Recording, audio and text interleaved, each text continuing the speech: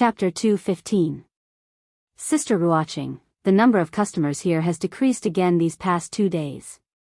After Li Yi left, the girl named Xiao Zhu looked at the sparse customers in the brothel and sighed. As the popularity of the painted skin gradually faded, the customers in the brothel decreased day by day. Now, it was almost back to its usual level. According to their original estimations, it should have taken a little longer, but things did not develop as they had expected. In just one day, the story of the painted skin had spread everywhere. Although they were indignant, they couldn't say anything about it. It was all a story. If Grandpa's son said it, others would naturally say it too. For a short story like this, after listening to it once, one could almost repeat it. It was impossible to rely on these stories to earn money for a long time. On one hand, the customers were taken away by other brothels. On the other hand, the story had been told too many times, so it naturally lost its novelty. There were fewer and fewer customers who had not heard of it, and there were no new stories to supplement it. Naturally, there would not be more people who were willing to come. Wan Ruoqing looked at her sisters who were performing seriously on the stage, but there were not many people watching. She sighed softly, and a trace of helplessness appeared on her face. They were just actors who lived at the bottom of the industry. They were not like those famous actors who depended on high officials and nobles. Every time they performed, they could get a lot of money. They could only survive in this way. Her situation was better. She had some fame in a small circle, and her singing was not bad. She and Xiao Zhu did not live a comfortable life, but they could barely get by. However, such a life was not worth looking forward to. Perhaps once they were out of luck, the first thing they would face would be the problem of survival. That Li seems to be very rich, the girl said in a low voice, holding her chin. The shop called Ruifang next door was very famous in Qing and Prefecture. It was said that many rich young masters and ladies liked to buy things there. He must not be short of money. It was a pity that Sister Ruoqing never accepted the help of those friends. Otherwise, their lives would be much better.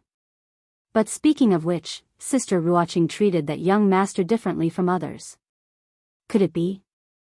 The girl turned her head to look at her, and her face gradually showed a look of understanding, as if she had discovered something extraordinary. Wasn't the best ending for actors like them to marry such a young man? Although they could not become the official wife, even if they could be a concubine, if they could be treated well by him, it would be an excellent ending.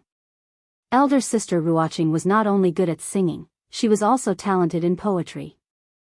Many scholars had expressed their interest in her, and there was one called Jiang Zi, and who had pursued her relentlessly. However, Elder Sister Ruoqing did not agree. Apparently, her heart belonged to someone else. That young master treats people very kindly, so he probably won't mistreat Elder Sister Ruoqing. However, she had to be careful of that girl who liked to play with her sword. When she climbed the wall, she saw her practicing her swordsmanship in the courtyard. Such a person was definitely not someone to be trifled with. If Elder Sister Ruoqing entered his house, she might bully her. That woman was very powerful. Even if she and Elder Sister Ruoqing joined forces, they might not be her match. In the girl's heart, she began to worry. What are you thinking about? Wan Ruoqing saw that the girl's expression kept changing. Sometimes she was happy, and sometimes she was worried. She gently tapped her head and asked. If Sister Ruoqing marries Li, I'm afraid she has to be careful of that. The girl subconsciously expressed her worries. Before she could finish her words, she was interrupted by Wan Ruoqing. Don't talk nonsense. Young Master Li has a family. There's nothing going on between us. I know. There is nothing between a man and a woman. The girl curled her lips and said. He only knew how to use such an excuse to deceive her. If the two of them were innocent, why would he send them back in the middle of the night? Honestly speaking, she still felt that there was nothing wrong with Sister Ruoqing being with him. Yuzhu, you're asking for a beating, aren't you? Wan Ruoqing pretended to wave her hand. The girl hurriedly stood up from her seat, stuck out her tongue and said, if Sister Ruoqing feels embarrassed, I can be your matchmaker. I think he likes Sister Ruoqing very much. You still say? Wan Ruoqing blushed and hurriedly chased after her. The girls screamed and immediately ran far away. The speed of County Magistrate Li's recovery is far beyond my expectation. When Dr. Chen of Huichun Hall came for a follow-up examination, he checked Li Yi's pulse and said with a look of amazement. It was reasonable to say that an ordinary person would need at least several months to recover from his last injury. Even a strong person would need a month to recover to his current level. At this time, it was only 10 days since he was injured. This county lieutenant had the appearance of a frail scholar, but his recovery speed was truly amazing. Li Yi felt a chill in his heart when he saw the old man looking at him as if he was some kind of precious object. The old man might even be thinking of taking him away for research. After sending Dr. Chen away, he didn't continue to lie down. He strolled in the yard for a while and practiced Tai Chi twice to stretch his muscles and bones. These days, his range of activities was from here to the brothel. He ate more and moved less. He didn't know if he had gained a few kilograms. With his current physical condition, it was beneficial to do some proper exercise. Of course, it was only limited to walking and practicing Tai Chi. It was not suitable for him to do more vigorous exercises. Ru Yi brought Rui and Xiao Huan out. Regardless of ancient times or modern times, shopping was a woman's nature. It was the same for both young and old women. Especially when their families were not short of money, the prosperous Qing and prefecture was a heavenly existence for them. As the weather turned cold, Rui couldn't produce anymore. Rui's workshop was temporarily closed. The girls returned to the stockade village. With Rui and Rui here, there was no need to worry about their safety. Fang also came here occasionally. After living in the prefecture for a long time, they were not used to the various inconveniences of living in the stockade village. Perhaps because it was boring to stay at home alone, Rui also moved out a few days ago and slept in the same room with Xiao Huan and Rui at night. Although this made the room a little crowded, the three girls used to live like this when they were young, so there was nothing strange about it. These few days, he would still go to the brothel for a while every day. Sometimes he would sit in the yard with Rui and bask in the sun. He would watch Rui practice the Tai Chi swordsmanship that he had just taught her and correct her mistakes from time to time. When he first taught Tai Chi to Rui, she could do it more accurately than him after only watching it twice. Mississippi Lu might not be talented, so it was a good opportunity for Li Yi to satisfy his desire as a master. However, they were not here now. After Li Yi finished practicing 2 sets of fist techniques, he inadvertently glanced and saw a familiar head popping up on the opposite wall. The story of Ying Ning is not finished yet.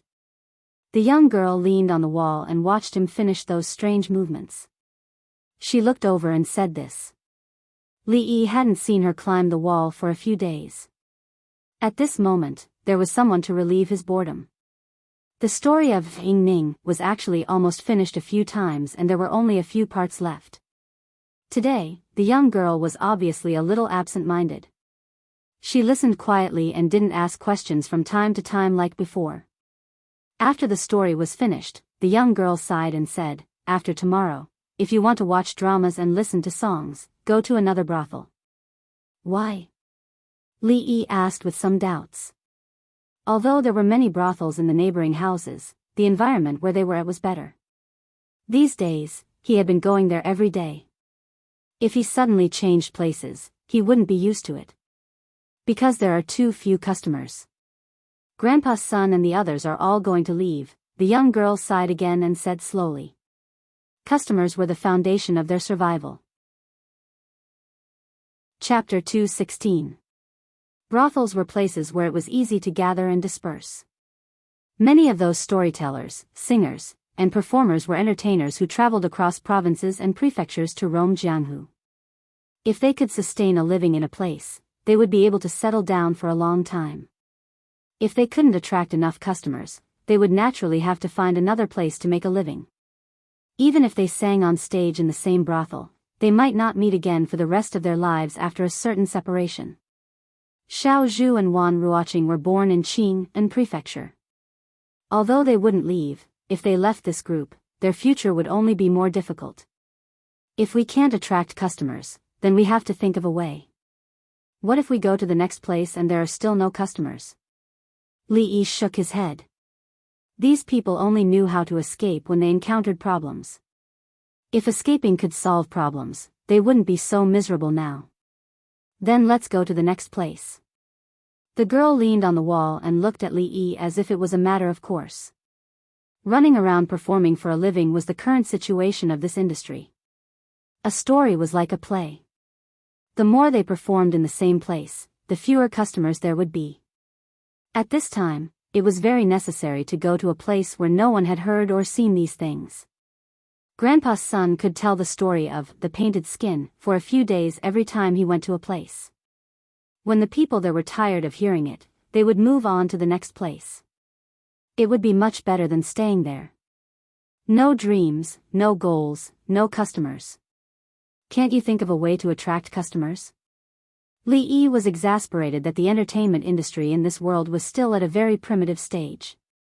Just a little bit of novelty would be enough to attract these ancient people who had not seen much of the world. You think it's easy to attract customers? The girl rolled her eyes at him. Even if they could invite people, most of them wouldn't give them money.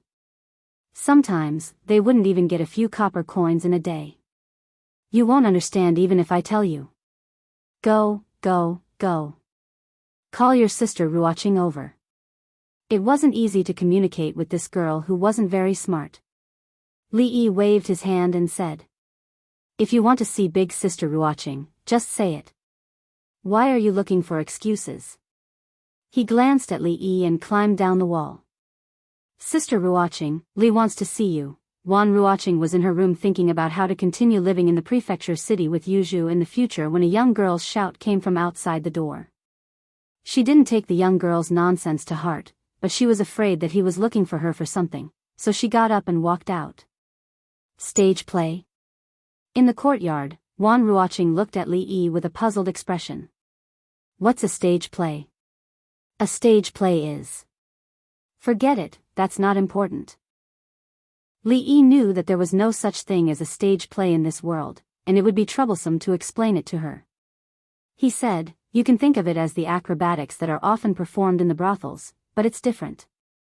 There's no need to make up a song, and the language is straightforward and easy to understand. You just need to make some changes according to the story. I'll use painted skin as an example. Hearing his description, Wan Ruoqing's face gradually showed a look of realization. Unlike any other play, it tried its best to restore the content of the story. Although it was very different from the current mainstream, it was easier to do and worth a try. The young girl stood behind Wan Ruoqing. After hearing Li Yi's description and imagining it in her mind, she couldn't help but feel a chill run down her spine. She was already scared enough just listening to Grandpa's son's story. If all the doors and windows were closed, the room would be pitch black. If she performed painted skin on stage, wouldn't it be scary to imagine the malicious ghost baring its fangs and brandishing its claws on stage? She hurriedly erased these images from her mind, rolled her eyes, and said, But we can't always perform painted skin. The customers will get tired of it after watching it too much. Li Yi glanced at this little girl. She was so young, yet so cunning. By saying this, wasn't she going back to the starting point and thinking about those stories? I will provide you with the subsequent scripts and stories. After Li Yi spoke, the young girl's face lit up, but then she heard him say, As for the distribution of profits, we'll discuss it after they all agree. Originally, Li Yi didn't intend to take out those stories, but if the old man and the others really left, the days in the future would probably be much more boring. Of course, the most important reason was because of Wan Ruoqing. From the young girl, he understood some of their current situation. After knowing her for so long, Li Yi had a general understanding of her character. She looked weak, but she was actually very independent and strong-willed. If he openly helped her, she would most likely refuse. This kind of cooperation would probably not touch her pride. Wan Ruoqing looked at her, and a hint of gratitude appeared in the depths of her eyes. She said, if it wasn't for the fact that no one was willing to leave, they would definitely agree. The matter was urgent, so Wan Ruoqing and Xiao Zhu didn't stay for long. They had to discuss it with them first before they could give Li Yi an answer. When the two of them walked out of the shop, 3 figures walked in from the opposite direction. "Miss, the son-in-law said that we're going to buy a big house in the prefectural city in the future. Are we not going back to the village?" Xiao Huan was holding some things she had just bought from the street as she spoke to Lu Rui. After living in the prefectural city for a few days, she finally understood what it meant to be lively and prosperous. She could see all kinds of people, and it was very convenient to buy things. Every day, she could accompany the son-in-law to the brothel to listen to music and watch dramas. It was much more interesting than the monotonous life in the village. "Why? Don't you want to go back to the village?" Lu Rui looked at her and asked with a smile. Xiao Huan thought about it, then shook her head and said, "Wherever the young miss is, Xiao Huan will be there." No matter where it was, of course, she would follow the young miss. However, if the son-in-law was in the prefectural city, the young miss would naturally be with him. As she spoke, she walked through the door. 2 women walked out of the shop. The shop had temporarily stopped selling Rui necklaces, so naturally, they could not be customers. Furthermore, the 2 women were not unfamiliar faces. One was the young girl who had scared her last time, and the other was the son-in-law's friend who she often saw in the brothel next door. Lu Rui raised her head and looked at the woman who was walking towards her. The other party seemed to be stunned for a moment, then nodded slightly to acknowledge her before leaving with the young girl. She remembered clearly that this woman had been to her house once. She seemed to be her husband's friend. A few simple thoughts flashed through her mind, but she quickly threw them to the back of her mind. On the other side, when she was walking back to the brothel with Ruoqing, the young girl looked back a few times and couldn't help but say, "That person just now seems to be Li's wife. She's so beautiful." Then, as if she had thought of something, she turned to look at Wan Ruoqing and added, "Of course, elder sister Ruoqing is also very beautiful. She's not much inferior to her. No, she's even more beautiful than Li's wife." Wan Ruoqing only smiled and didn't say anything. Although she was unwilling to compare herself to his wife, she had to admit that the 2 of them were really a perfect match. Chapter 217. "Grandpa, are we really leaving?" At the entrance of the brothel, a 15 or 16-year-old boy looked back at the empty brothel with a look of reluctance to leave. "We're leaving." The storyteller, old man's son, sighed. Helplessness appeared on his wrinkled face, and his muddy eyes also showed some reluctance to part. He had traveled to countless places in his life, and he had experienced this kind of parting many times. But every time, it was a completely different feeling. Humans were not plants. It would be a lie to say that he had no feelings for this place, but it was more important to rely on this craft to survive. While he was not so old that he could not walk, he should save some money to settle down and find a new job for his child. When he left, he could close his eyes in peace. There were many figures in the brothel, and most of them were performers who were packing their things. The boy glanced at them again, then turned his head and carried the luggage on his back. These were his sisters and brothers who he had been with day and night. He would probably never have the chance to see them again. "Let's go." The old man's voice was low. He did not look inside again and walked straight ahead. The boy followed closely behind him, turning his head every 3 steps. When he reached the other exit of the house, a voice suddenly came from behind him. "Grandpa's son, wait a moment." A clear and melodious female voice sounded. The boy turned his head and saw the panting young girl chasing after him. A look of surprise finally appeared on his face. "Sister Xiaozhu." A moment later, the dozen or so performers, including old man's son, gathered in the brothel again, surrounding Wan Ruoqing and Xiaozhu. "What, he is willing to provide us with stories and scripts?"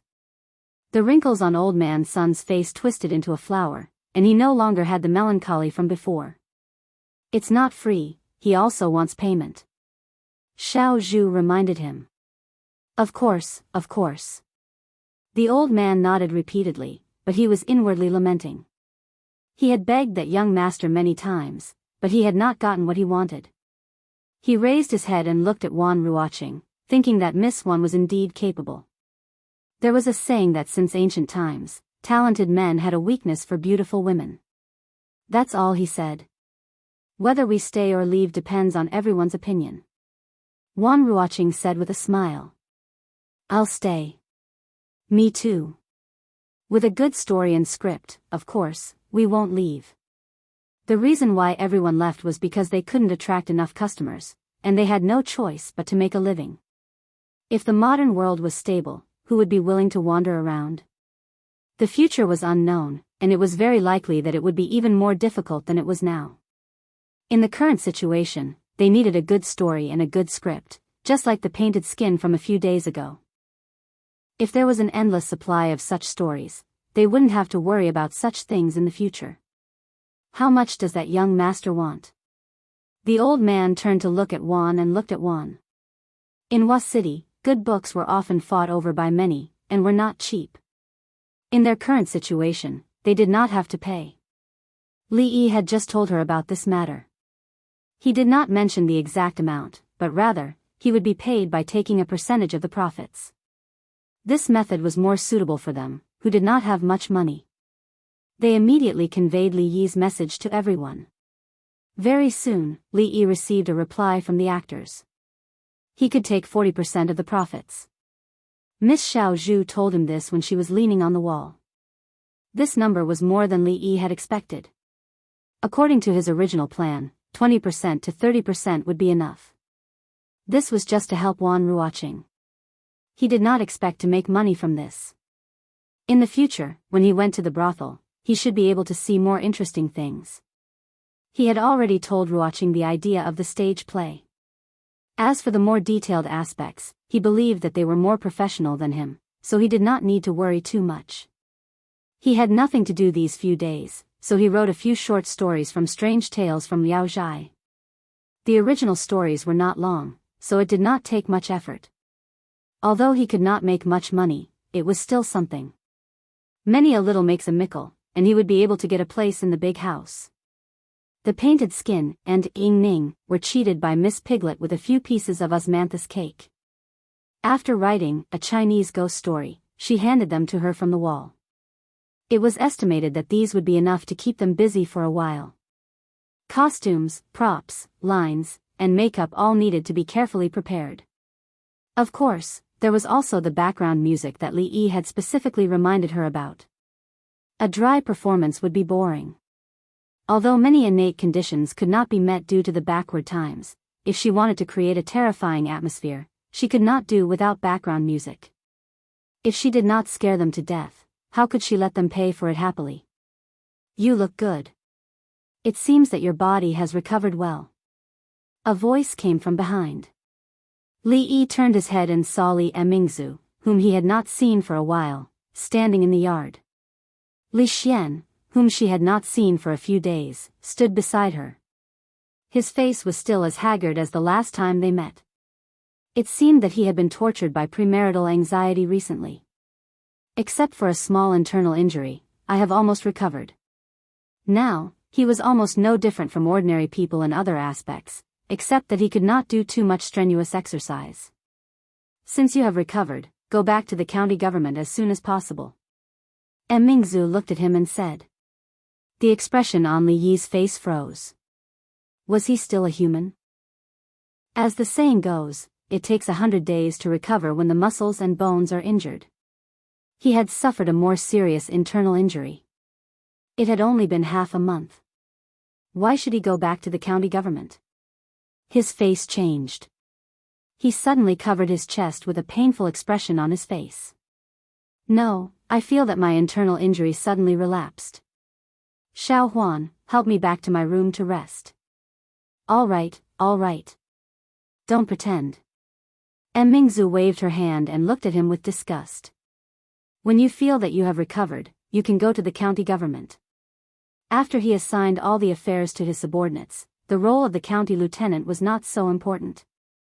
Father wanted to sharpen him in this position, but Mingzu, who knew him well, knew that even if he was not injured, he had all kinds of ways to be lazy. Her Highness's suggestion was very good. He had suffered a serious internal injury, and it would take about half a year to completely recover.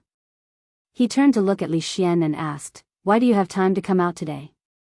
Did the old man give you a holiday?" Li Xian shook his head and said, "No, I bet with him which of 2 stones of different sizes would fall to the ground first." Before he finished his words, Li Yi had already understood. After this bet, the old man might not have the mood to educate Li Xian anymore. The most likely thing to do was to find a corner to think about life.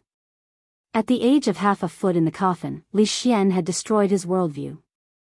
He could only wish the old man well in his heart and hope that he could get through it. Chapter 218. Whether the old master, who had made the bet with Li Xian, had his worldview collapsed to the point of doubting life and leading to an early onset of dementia was not something that Li Yi needed to worry about. After the 2 hours of warmth in the morning, standing in the courtyard and being blown by the cold wind inevitably made his hands and feet cold. Returning to his room, he set up the heater and immediately felt much more comfortable. Li Xian sat by the heater with his eyes unfocused. He did not speak and looked like he was daydreaming. Li Yi often saw him like this. When he knew the law of free fall and that the ground under his feet was a big ball, he maintained this state for several days. Such a person was either a genius or a madman. No matter which one it was best not to disturb him when he was thinking. If a genius's train of thought was interrupted, he might fight you to the death. If a madman's train of thought was interrupted, he would definitely fight you to the death.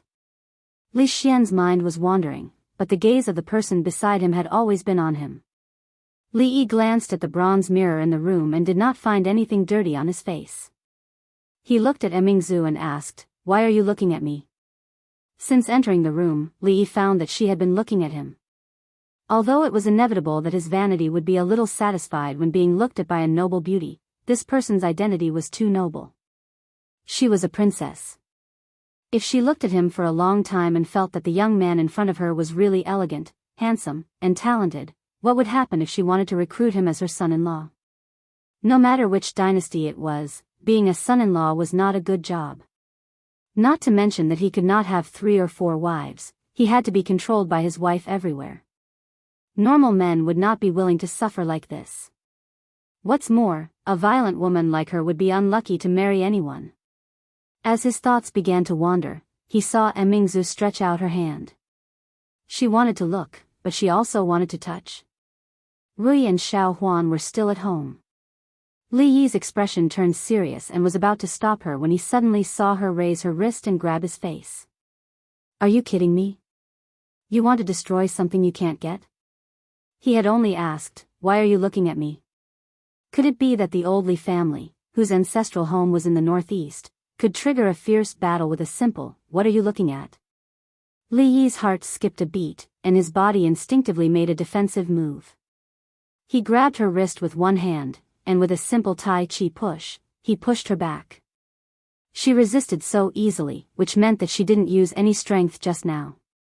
While Li Yi was puzzled, Mingzu looked at him in surprise and asked, "What kind of kung fu is this?" The first time she saw Li Yi use this kind of kung fu, a seed of curiosity had been planted in her heart. Later, her wife used this kind of kung fu to force the nanny to retreat with one move. She had read all the martial arts books collected by the royal family, but she didn't remember this kind of kung fu. It seemed to be different from any sect in the martial arts world. "This is called Tai Chi, how is it? Isn't it awesome?" Only then did Li Yi realize that she wanted to learn Tai Chi. He looked at her and said, "If you want to learn, call me master and I can teach you." Since the chance of becoming a martial arts master was very slim, it was not bad to have a powerful disciple. Originally, Rui was the best candidate. However, after Li Yi mentioned it vaguely last time, she forced him to practice with her. The next day, she almost couldn't get out of bed. After that, she never mentioned it again. It seemed that it was not bad to have a princess as a disciple. She had a noble status and was good at martial arts. She was pleasing to the eye, and she would be flattered by the royal family. It was a good thing to kill many birds with one stone. Mingzu didn't say anything, but her eyes showed her disgust. With her current level of martial arts cultivation, only a grandmaster could be her master. He glanced at Li Yi. Just based on his weak appearance, he felt that he was too poor to be accepted as a disciple. If she didn't want to bow, then so be it. He was too lazy to teach her. Li Yi curled his lips and thought, why haven't they left yet? Looking at the sky, it's almost time for dinner. Don't stay and eat for free later. There's no extra food at home today, why hasn't Xiao Huan come in yet? It's time to serve tea and send the guests off.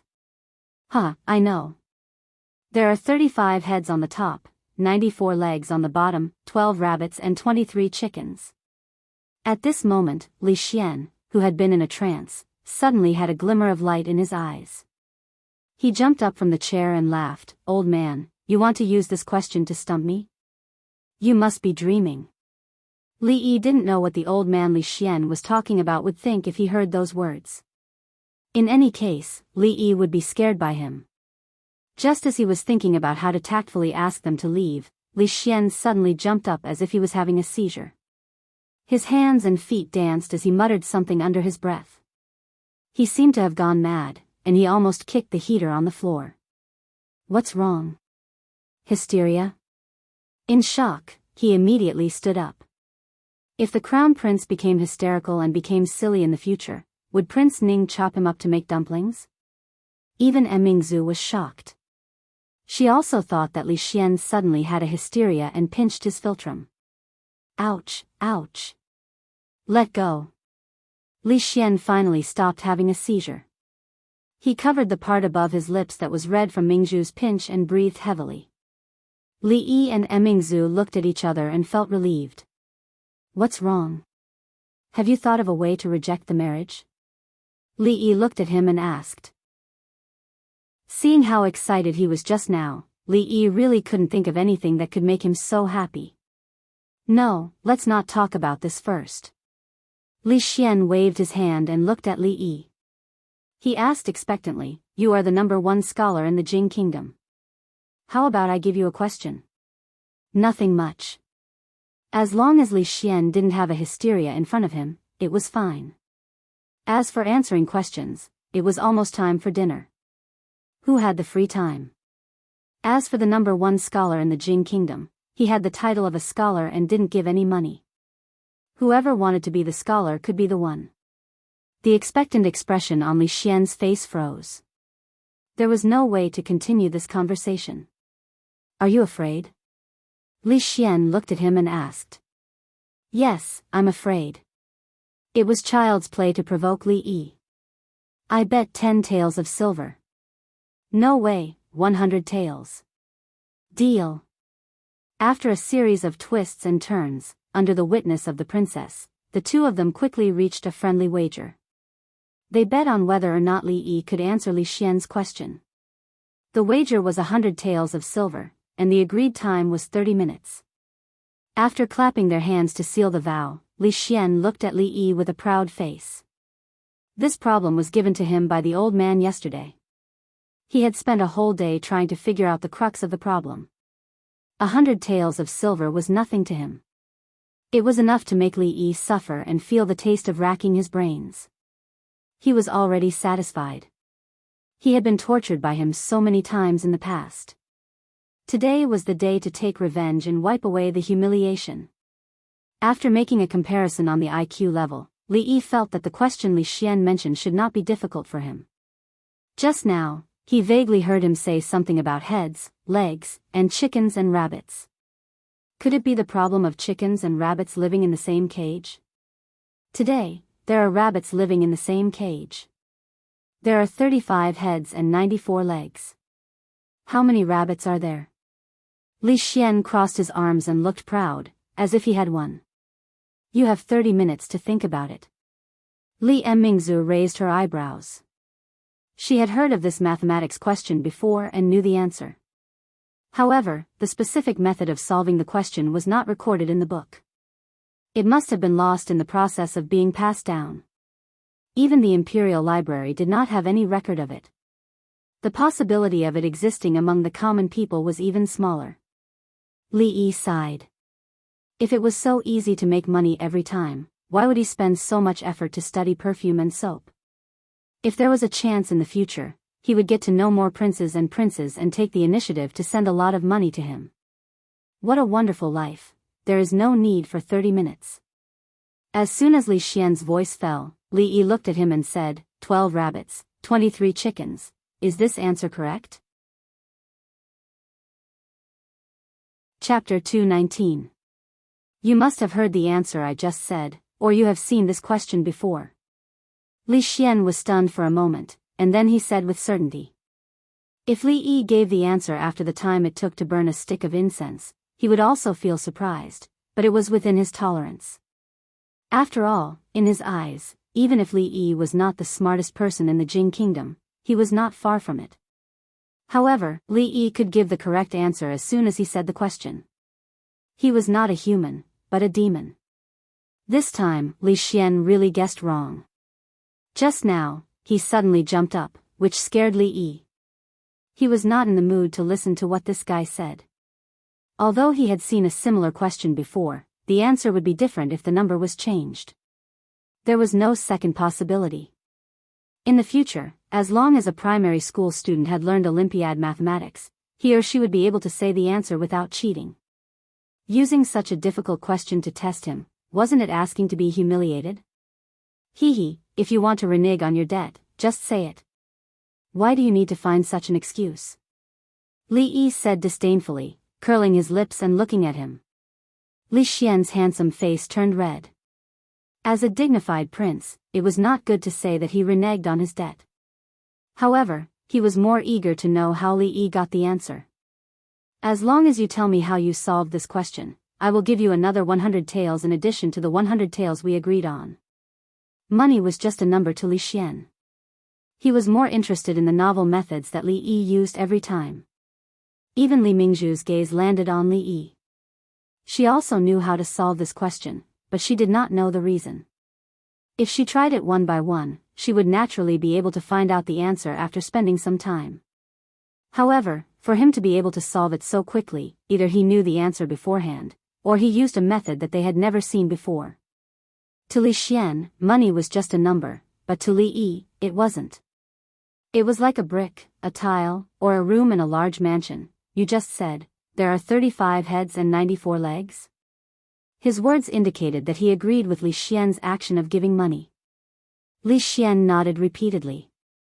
Let's assume, just assume. Li Yi stretched out his hand and gestured. Let's assume that these chickens and rabbits are well trained. Li Xian was confused. Solving a question was solving a question. What did it have to do with these chickens and rabbits being well trained? However, since Li Yi had always taken the unusual path, he felt that he should listen to him first. Mingzhu frowned when she heard that, but she quickly relaxed. Obviously, she had the same idea as Li Xian. If these chickens and rabbits are very obedient, they will raise one leg when I clap my hands. How can there be such a solution? Li Xian could not bear to listen anymore. How could there be such obedient chickens and rabbits? If such a bizarre method could work, then he might as well let those chickens and rabbits speak the human language and tell them the number of their own kind. Li Yi glared at him. Do you still want to know the solution? If you continue to talk nonsense like this, the money will be gone. Although Li Xian was stupid, he was not that stupid. Continue. Mingzhu seemed to understand something. She urged him with a strange look in her eyes. Li Yi looked at Li Xian with a complicated look. Li Xian understood what he meant. He was laughing at himself for being inferior to Mingzhu. However, Mingzhu had been intelligent since she was young. When she was young and was taught by a teacher in the palace, Li Xian discovered this. Although this was an indisputable fact, why did he feel so upset in his heart? When you clap your hands once, a total of 35 legs are raised. When you clap your hands twice, a total of 70 legs are raised. At this moment, all the chickens are sitting in the cages. There are no legs to count. Each rabbit is left with 2 legs. There are 24 legs left in the cages. The number of rabbits is 12 and the chickens is 23. As Li Yi spoke slowly, Mingzhu's eyes shone brightly. Li Xian was stunned. At this moment, perhaps only the words, 10,000 horses galloping, could describe his true feelings. How could this be possible? The problem that had been bothering him for a whole day could be solved with just 2 claps of his hands? That was not what the old man said yesterday. He said that this was a problem passed down from ancient times. Even if he could not solve it, it did not matter. Because the headmaster only knew the answer, but did not know the specific solution. He looked back at Li Yi. He was indeed a demon. Li Yi saw Li Xian's expression, but he was not surprised. There were no Arabic numerals or quadratic equations in this world. Mathematics could only be called arithmetic at best. It was still in the stage of ignorance. Only in a few hundred years would there be a great mathematician who was an astronomer or a Taoist priest. After all, the imperial examinations did not test these things. Mathematics was not highly valued. It was not unusual for a doctor of mathematics from the Imperial Academy to be stumped by a problem of chickens and rabbits in the same cage. The method he used just now was called leg-raising method. It was not a joke on the internet in the future. In the ancient classic of arithmetic, Sun Tzu's arithmetical classic, this was indeed how to solve this problem. From the reactions of Li Xian and Emingzu, it could be inferred that Sun Tzu's arithmetical classic either did not exist in this world, or it had been too long and this method of solving problems had been lost. There is actually such a method of solving problems. It is really incredible. Li Xian could not help but exclaim. He was actually not that interested in mathematics. He only wanted to solve this problem and impress the headmaster who taught him. After thinking for a whole day, he finally managed to figure out the correct answer in his mind. Using Li Yi's unconventional method, it only took him 2 breaths of time. Unbelievable, isn't it? That's fine, we can try another method. Li Yi was quite generous. At the very least, he wanted to make Li Xian feel that the loss of 200 silver taels was worth it. There is actually another method? Li Xian exclaimed and moved his head closer. First, you need to remember a new method of counting. Emingzu and Li Xian watched as Li Yi used a brush to write and draw on the Xian paper. Those strange and simple patterns were something they had never seen before. When put together, it turned out to be a new method of counting. Both of them had received aristocratic education and had a deep foundation. Although this method looked novel, it was not difficult to understand. After a simple explanation from Li Yi, they spent a little time digesting this set of rules. In their hearts, they were amazed. This method was undoubtedly much better than the current method of counting in the Jing Kingdom. It was much more convenient and simple. This is called the equal sign, this is the plus sign, this is the minus sign, and this is the cross. You can understand it as the number that we don't know yet. Li Yi did not think too much at first. When he started to explain, he realized that it was not much easier to teach them this knowledge than to teach 2 children who had just entered elementary school. However, since he had already said it, he naturally could not give up halfway. He could only be patient and push forward bit by bit. After an hour. Just like this, solve the 2 unknown numbers, and you will get the number of the chicken and the number of the rabbit. Li Yi let out a long sigh of relief. He had finally taught them from the beginning to the end, and he felt a little exhausted. It was so easy to teach naughty children. He could just make up a story to fool them. If Li Xian asked this kind of question again in the future, he would not do it unless he paid more. Do you understand? He looked at the 2 of them and asked expectantly. Although the process was a little complicated, if they understood it, it would be a little comforting. No, Li Xian said without the slightest bit of hesitation. Li Emingzu was also puzzled. 2 pieces of rotten wood. Li Yi sighed in his heart. Xiao Huan, send the guests out. Looking at the little servant girl who had walked to the door, Li Yi said decisively. Young master, it's time to eat. The little servant girl stood at the door and said weakly. No rush, no rush. Eat first. After eating, you can explain it to me a few more times and I should understand. Li Xian patted his shoulder and stood up. He looked at the little servant girl with a smile and asked, Miss Xiao Huan, where do you want to eat? Li Xian murmured doubtfully. Then he waved his hand and said, "Don't worry about her. Since we're free, let's talk about that binary quadratic equation system." Li Yi felt that he had almost forgotten everything that he had just said. He didn't even understand binary quadratic equation. He probably wouldn't have the ability to solve binary quadratic equation in this lifetime. After 2 hours, Li Xian finally left with satisfaction. Although there were some things that he hadn't figured out yet, it was only a matter of time. Today's trip had been rewarding.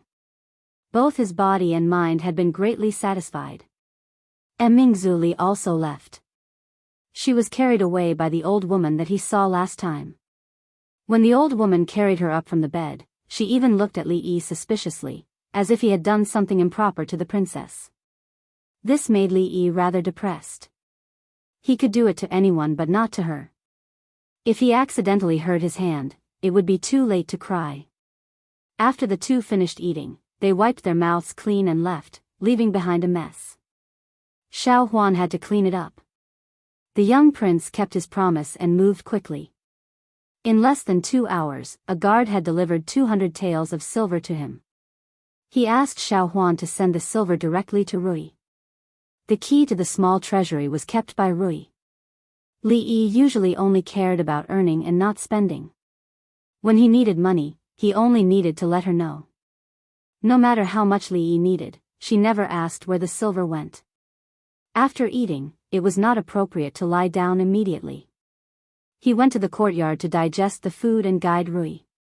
With Li Xian's intelligence, it was impossible for him to figure out Arabic numerals and quadratic equations in such a short time. He should not bother him for the next 2 days.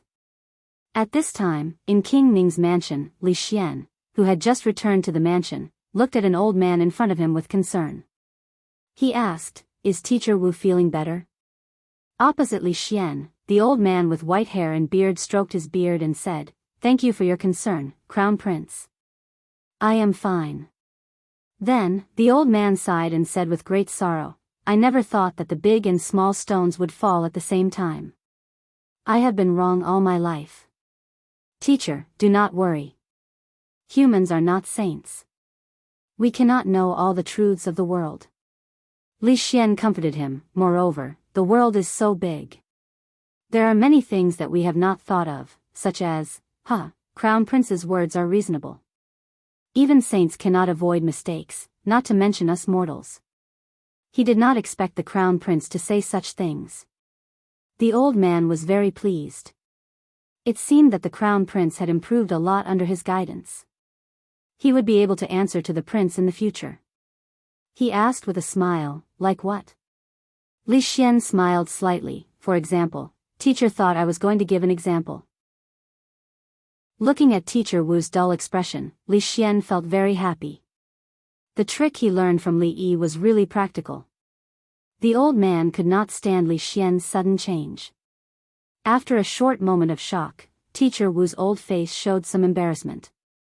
He said, "Since the Crown Prince is back, let's start today's lesson early." The old man had obviously recovered from the shock of the morning and was dutifully finishing the lesson that he had missed. Li Xian was not interested in the old man's lesson about calendars and astronomy. It was not only because it was boring, but also because there was an important reason. What Teacher Wu said was very different from what he had learned from Li Yi. He looked at the old man and said, "I still have one thing that I do not understand. I hope Teacher can explain it. Crown Prince, please speak." Teacher Wu was even more pleased. It was a good thing that there was a question. It meant that the Crown Prince had listened to what he had taught. Teacher once said that the sky is like a hat and the earth is like a chessboard. Does this mean that the sky is round and the earth is square? The old man nodded and said, "The sky is like a dome and the earth is like a chessboard. It means that we should complement each other. This is also the core of the yin-yang theory of Taoism." The old man had a deep understanding of Taoism all his life. The saying that the sky is round and the earth is square was the embodiment of the yin-yang theory. Naturally, he would not doubt it. "I wonder if Teacher has ever seen a sail on the sea?" Li Yi suddenly asked. The old man did not know why the Crown Prince would ask such a question, but he still nodded and said, when I was young, I traveled the 4 seas. Of course, I have seen it. Then I wonder if teacher still remembers what part of a sail you first see when it comes from the sea? Li Xian asked again with a smile. The mast, of course, the old man said without hesitation. At this moment, he was even more curious. What was the crown prince trying to ask? Li Xian smiled and said, if the earth is as flat as a chessboard, shouldn't you see the whole ship? Why do you see the mast first? Unless, the earth under our feet is round. Li Xian stretched out his palm and made an arc. The old man was shocked and wanted to argue. However, when he opened his mouth, he realized that he could not provide any evidence. Absurd, this is simply absurd. The elder's face darkened. This was something passed down from his ancestors, so he naturally would not believe that the knowledge of the past few decades was wrong. If the crown prince's words were to spread, he was afraid that he would become a laughingstock and lose face for the royal family. Li Xian's expression became somewhat displeased. He was trying to reason with the other party, yet the old man didn't answer him directly and kept saying that he was babbling nonsense and pestering him endlessly. This was Li Xian's fault. If teacher still has doubts about this, I can give you a few more examples. Teacher Wu's heart had already begun to waver. When he heard what Li Xian said next, for the first time, he doubted what he had learned all these years. His body trembled, and his face became paler. He no longer cared about his status and shouted, "Shut up!" If he allowed Teacher Wu to continue, the faith he had built all these years would collapse. Chapter 221. Teacher, there's still something I don't understand. Seeing Teacher Wu leave in a panic with a pale face, Li Xian hurriedly chased after him. Teacher, don't go. We haven't finished today's homework. Hearing the footsteps behind him, the old man's heart skipped a beat. His old arms and legs, which were usually not very agile, suddenly exploded with infinite potential. In the blink of an eye, Li Xian could no longer see Teacher Wu's figure. Li Yi was right. Humans have infinite potential. His Royal Highness stood where he was. He thought of Teacher Wu's wind-like figure and murmured. Tomorrow, it should be Teacher Chen's turn, right? That day, the servants in the prince's mansion saw a scene that shocked them to the core. Teacher Wu, who was over 60 years old, was running quickly in the prince's mansion. He went straight to the prince's study. A few young and strong servants could not catch up with him. After a while, Teacher Wu was stopped by an old servant at the door of Prince Ning's study. Teacher, why are you in such a hurry? The old servant asked with a puzzled expression. I want to see the prince, Teacher Wu said while panting. After running for so long, he was a little out of breath. The old servant saw Teacher Wu's anxious and hurried expression. He was afraid that something important had happened, so he said, Teacher Wu, please wait here for a moment. I will go and inform the prince. Teacher Wu nodded when he heard this. He could use this time to catch his breath. Not long after, the old servant walked out of the study and said, Teacher Wu, the prince wants to see you. Although Teacher Wu was much older than Prince Ning, there was an order of seniority. He straightened his clothes and walked in unhurriedly. At the desk on the right side of the study, Prince Ning put down the book in his hand and stood up. He asked with a smile, Teacher Wu, why are you looking for I? Did Xian heir offend Teacher Wu? That is not the case. The prince misunderstood. Teacher Wu waved his hand and said, His Royal Highness is talented and intelligent. I have nothing more to teach him. This time, I came to ask for your resignation. Resign? Prince Ning frowned and asked, Headmaster, why do you say that? If Xian is naughty and mischievous and offends you, please don't take it to heart. I will reprimand him, but don't mention the resignation again. Although this Teacher Wu had retired, his knowledge was not inferior to those great scholars in the court. Prince Ning had invited him to teach Li Xian, which was a great affirmation of his ability. He was extremely knowledgeable and experienced, so how could he not have anything to teach? This was no longer humility, it was mockery. Could it be that little Xian had really offended Teacher Wu? Teacher Wu smiled bitterly and said, Your Royal Highness has misunderstood. The Crown Prince is gifted and intelligent, which is rare in this world.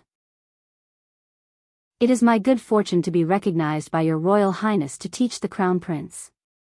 However, this old man is old and unable to do as I wish. I hope your Royal Highness will agree to my resignation.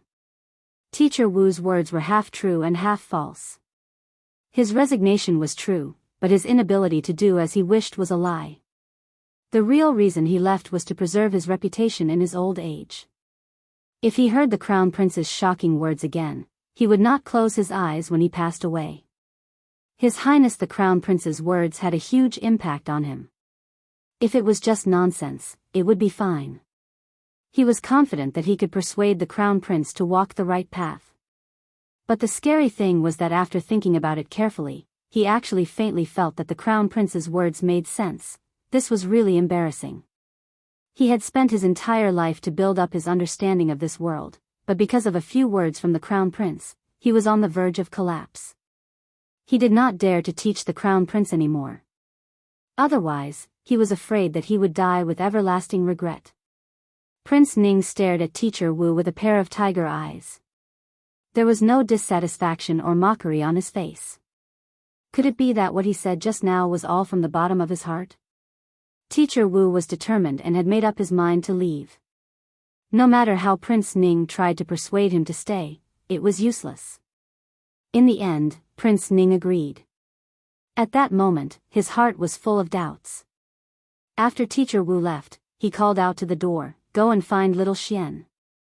"I will go now," the old servant outside the door responded and left in a hurry. Not long after, Li Xian knocked on the door of the study and walked in. He asked, "Father, why are you looking for me?" Prince Ning looked at him coldly. "What did you do to Teacher Wu?" "He just came to ask for my resignation. He has already left the king's mansion." "Ah, Teacher Wu resigned?" Li Xian's face was full of shock and joy. "This is really too." He looked up and saw his father looking at him. His tone changed. "This is really a pity. Teacher Wu is very knowledgeable, and little Xian admires him. I didn't expect him to care so much about right and wrong that he resigned in shame. If I had known, I would not have pointed out his mistakes in front of him." Prince Ning's eyebrows twitched. They had been together for almost 20 years. How could he not know what Li Xian was capable of? Pointing out Teacher Wu's mistakes and making him resign in shame? Even in a few decades, Li Xian might not have the ability to do so. He did not want to pursue the matter. He waved his hand and said, "Go, go. Teacher Wu has left. You must humbly seek guidance from Teacher Chen and Teacher Zhao. Do not cause trouble like this again." "I understand." Li Xian agreed readily and left the study. He looked at the old servant and asked, "Teacher Wu really left?" The old servant nodded. Teacher Wu and the king were talking in the room just now. They did not purposely lower their voices, so he heard everything from the door. "Go to the accountant's office and withdraw 100 taels of silver. Send it to Teacher Wu," Li Xian casually ordered and walked forward. Although he was kind enough to help Teacher Wu better understand the world, he did not consider the old man's age. It would not be easy for him to accept it. He should use a gentler method. Otherwise, Teacher Wu would not have resigned and left the king's mansion. He was knowledgeable and knew everything. It would be a pity if he left just like that. Watching Li Xian's leisurely departing figure, the old servant sighed. Although the king's mansion was not short of silver, it could not withstand His Royal Highness's extravagance every time. Did His Royal Highness solve the question from 2 days ago? The old man with a square face and white hair asked Li Xian with his hands behind his back. "Yes, I did," Li Xian said with a nod. "How did His Royal Highness solve it?" the old man asked again. He was just asking casually. This question could be solved with some time. However, there was no other way to solve it. He did not have high hopes for His Royal Highness. Leg raising method, 2 element 2, 2 element 1. Quadratic equation method. Li Xian said with a smile. The old man's expression froze. Leg-raising method, what formula? Li Xian took a pen and paper from the side and began to write. Leg-raising method, it's like this. 2 hours later, the paper was densely packed. He turned to look at the old man and asked, Teacher Chen, are these 2 methods correct? Teacher Chen nodded mechanically.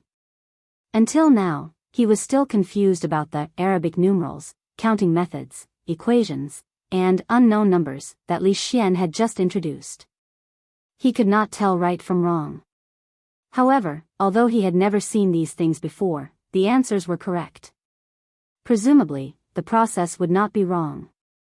However, where did His Royal Highness learn about these strange symbols and methods? He had studied mathematics all his life and had never heard of such a wonderful method. I still have a few questions that I hope teacher can answer. For some unknown reason, when Teacher Chen saw the Crown Prince looking at him with a smile on his face, he suddenly had a bad premonition. Today, there is 1 rooster worth 5 coins, 1 hen worth 3 coins, and 3 chicks worth 1 coin. Today, I bought 100 chickens with free money.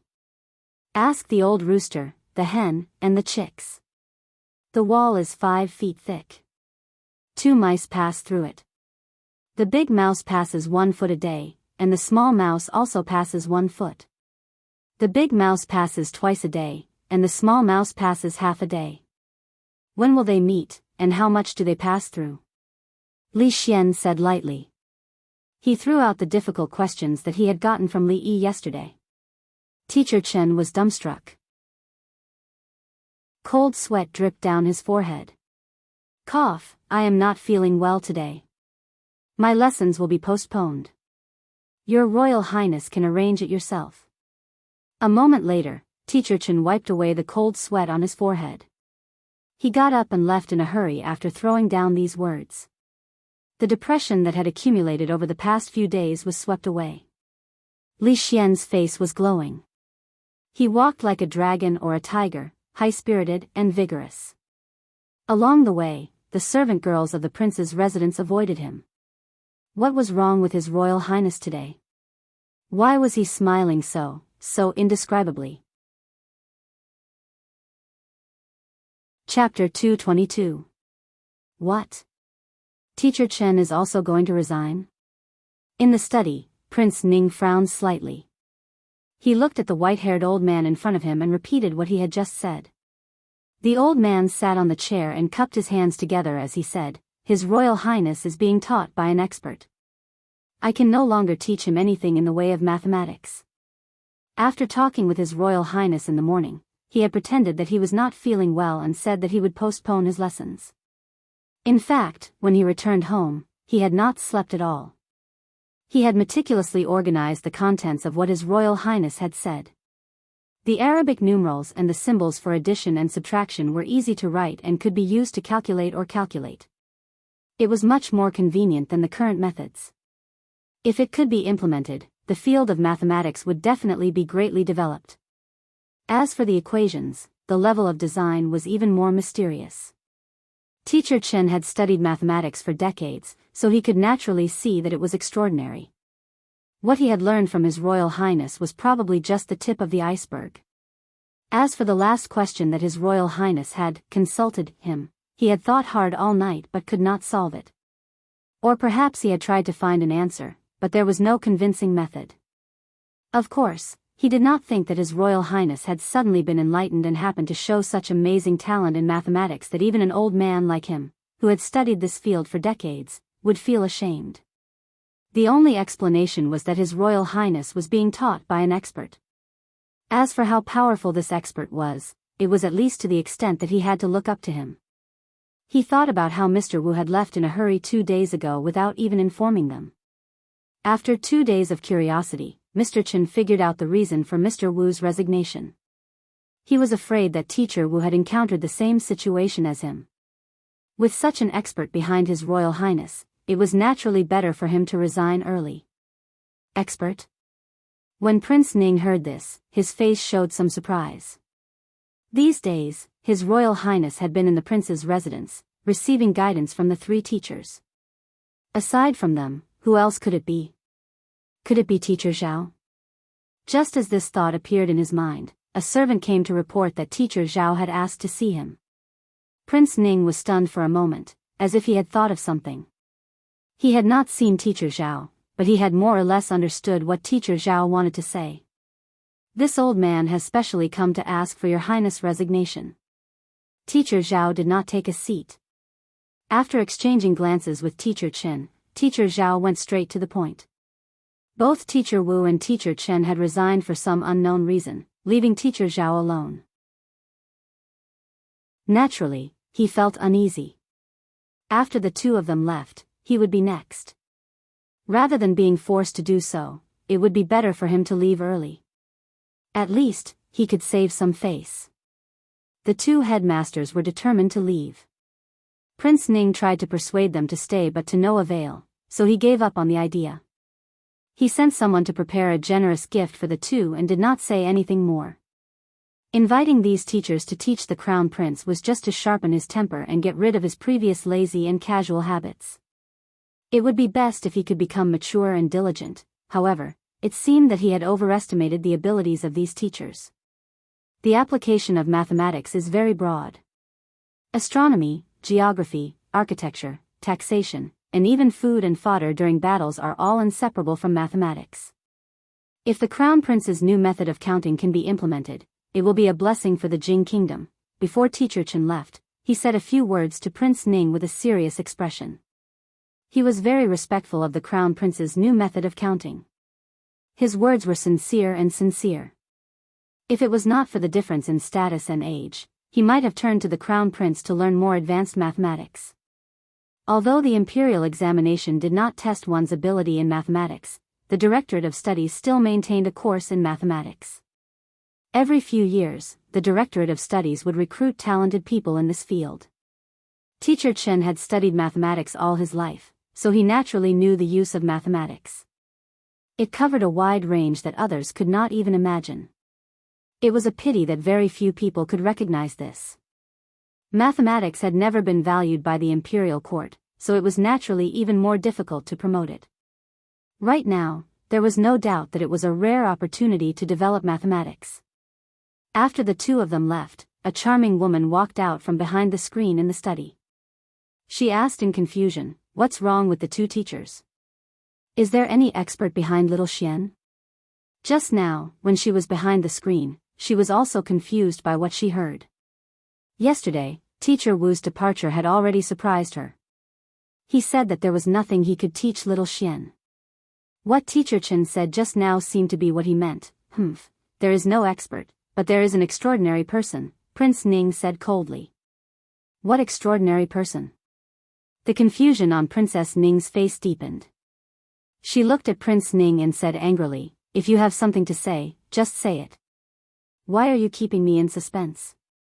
Prince Ning turned to look at her and asked, "Madam, do you remember Li Yi?" "Of course I remember," Princess Ning said as she rolled her eyes. She had a very deep impression of the young man who cured her of her depression, invented Rui Du and perfume, and saved the emperor at the prince's mansion.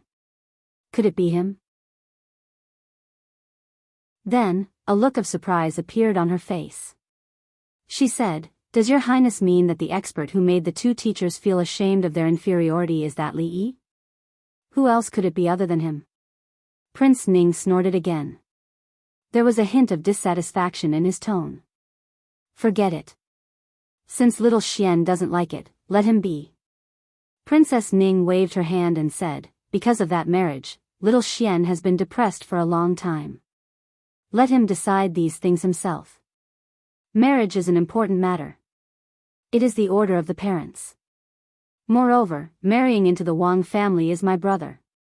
Prince Ning stopped there and said, "I can only let little Xian suffer," Princess Ning said with a sigh.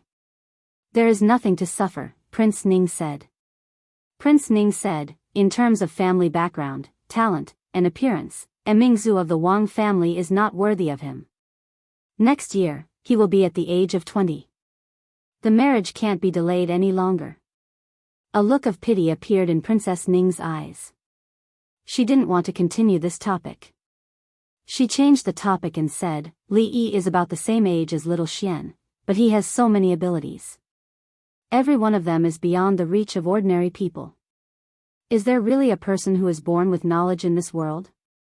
He was the top talent of the Jing kingdom. He excelled in both poetry and painting.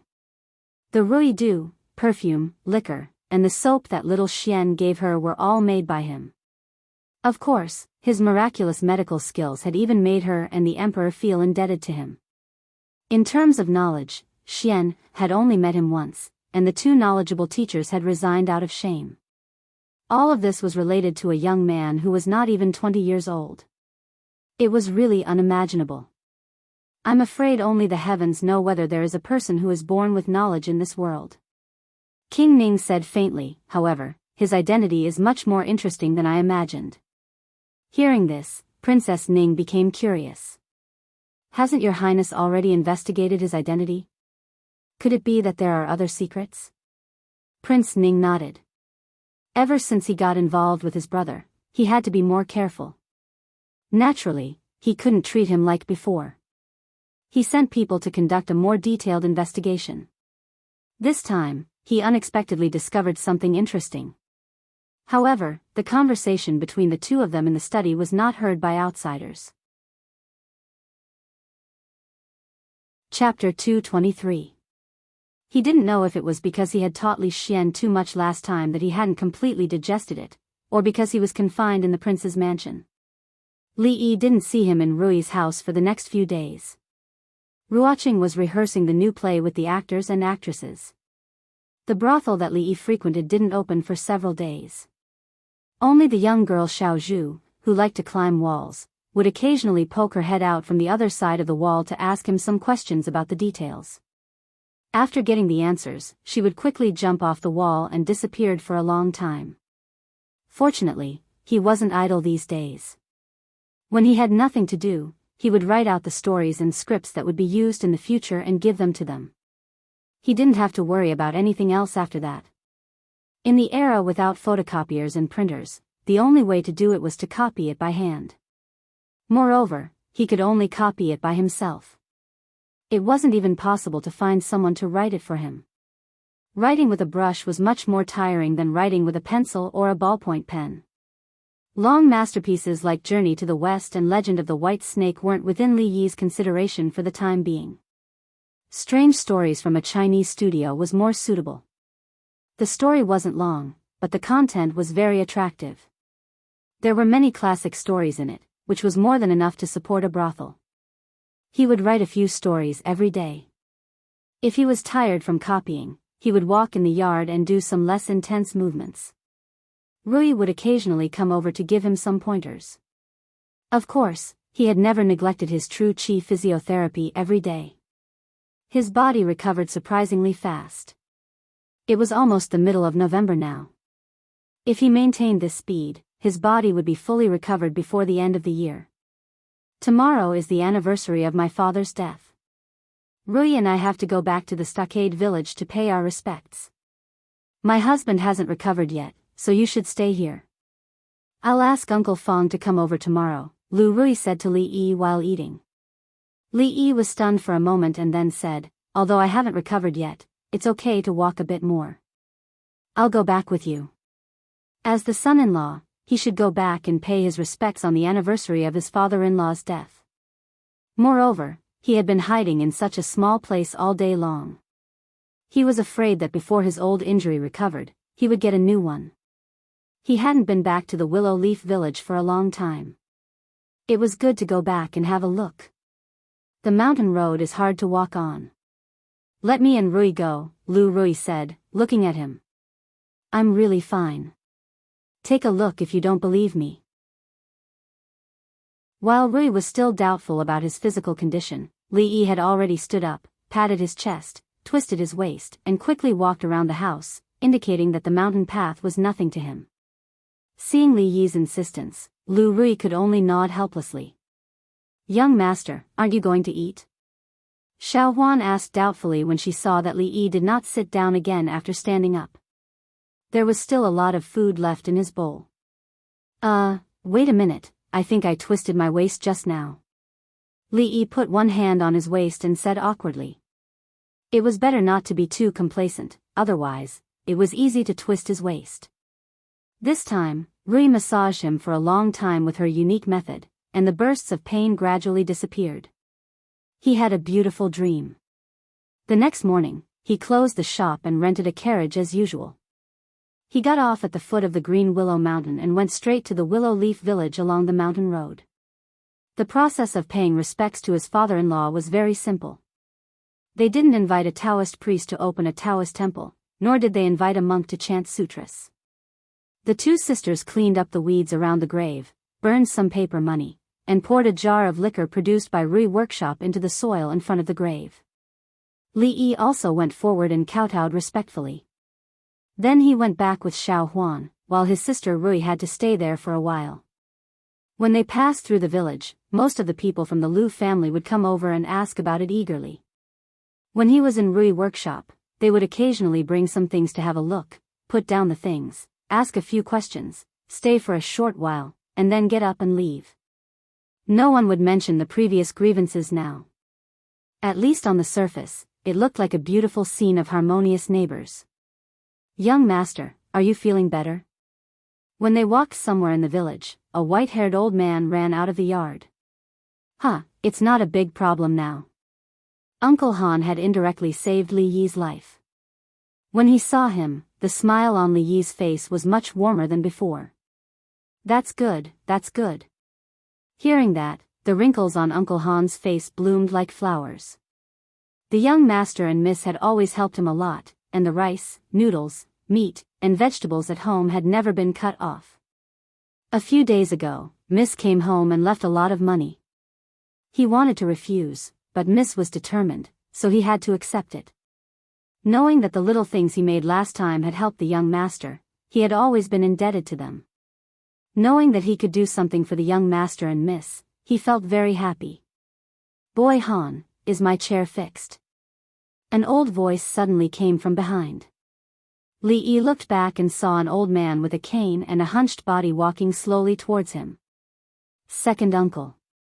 Xiao Huan hurriedly greeted him.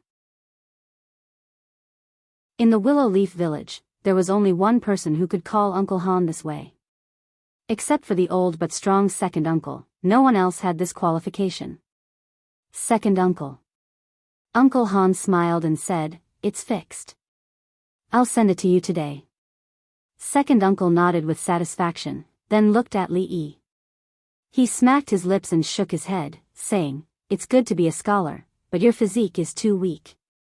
To think that your great-grandfather was skilled in both literature and martial arts." After a while, the old man ended his long speech and patted Li Yi's shoulder, saying, "In the future, you still need to spend more time practicing martial arts. Don't let any Tom, Dick, or Harry bully you.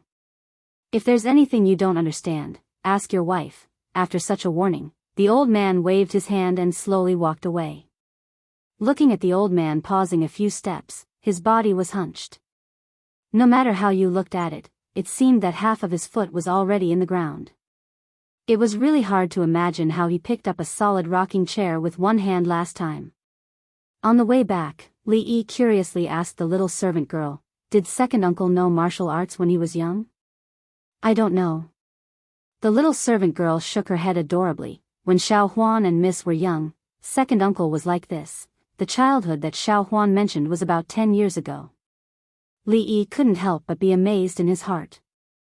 Second uncle's vitality was really tenacious. The woman with a bucket waist stood at the door of her house, watching Li Yi and Xiao Huan walk into the courtyard. Her expression was extremely complicated. Wu Ying was dead. He kidnapped the son-in-law of Rui's family and wanted to snatch the formula of Rui's due. But in the end, he died in an internal fight with the other villains. She had clearly seen Wu Ying's evil intentions before, but she didn't warn him in time. She didn't expect that he actually did that kind of thing. Wu Ying's parents died when he was young. Ever since he was young, she had taken care of this nephew a lot. When she learned of his death, her feelings were indescribably complicated. This kind of complicated feeling was even clearer when she saw Li Yi. Although he deserved it, but after all, he was still her nephew. After a long time, second Aunt Wu sighed and turned to walk back into the house. At the same time, in the Anxi County Yamen, Mingzhu frowned as she read an official document from the Ministry of Justice. Chapter 224. Bone-paring knife, Zhu Tu Fu, death rush, Cui Yen, evil man, Zheng Ji. What are these people planning by gathering in Qing and Prefecture? Mingzhu's brows furrowed slightly as she murmured. The names she mentioned were all infamous in Jianghu. They despised the government, disregarded the law, and regarded human life as nothing more than grass. However, their martial arts were extremely high, and it was difficult to trace them. Wanting to capture them and bring them to justice was as difficult as ascending to heaven. Moreover, the imperial court and the Jianghu had always maintained a delicate balance. It was not to say that they did not interfere with each other, but as long as these people did not raise flags to rebel or do some extremely evil things, the imperial court would not put in any effort to encircle and suppress them. As for the disputes in the Jianghu, the local authorities actually turned a blind eye. However, in recent days, countless people from the Jianghu and underworld had gathered in Qing and Prefecture. Before they had even entered the city, they had all disappeared. She would never believe that they did not have any ulterior motives. She had practiced martial arts since she was young and was no stranger to the matters of the Jianghu. These people were extremely powerful. If they really gathered together and caused trouble, they would probably have to mobilize the garrison in the prefectural city to quell it. In the next few days, have your subordinates keep a close eye on their areas of jurisdiction. If there is anything out of the ordinary, report to me immediately, she said lightly as she put down the document in her hand. Yes, boss, I will go and remind them now. Lu Yi, who had been promoted to the head captain of the 3rd Squad of bailiffs, had a solemn expression. He saluted her and immediately retreated. Only Mingzhu and a scribe were left in the hall. Those people would not have gathered here for no reason. They had to figure out their intentions. In fact, the imperial court had always been worried about people like them, especially when it came to such a large-scale event, so they paid even more attention to it. Mingzhu had a thoughtful expression. After a moment, she spoke again. Investigate the purpose of those people and report to me as soon as possible. Your Highness, do not worry. I will do it immediately. When the young scribe heard this, he stood up, bowed, and quickly disappeared. 10 miles away from the prefectural city, at a roadside tea house beside the official road. Pa! I have roamed the pugilistic world for so long, but I have never tasted such disgusting tea. Beside a table by the roadside, a bald man with grease stains on his face spat out the tea in his mouth. Waiter, get your ass over here. After hearing the man's thunderous voice, the shop assistant with a white towel on his shoulder hurriedly ran over and asked with a face full of smiles, "What can I do for you, sir?" The bald man smashed the teapot on the table and said angrily, "Change a pot of good tea for me. If you still use that kind of trash to fool me, I will smash your broken tea house." "Sir, this is already our most." The waiter explained helplessly. However, he saw the man's face turn fierce, and he immediately swallowed the rest of his words.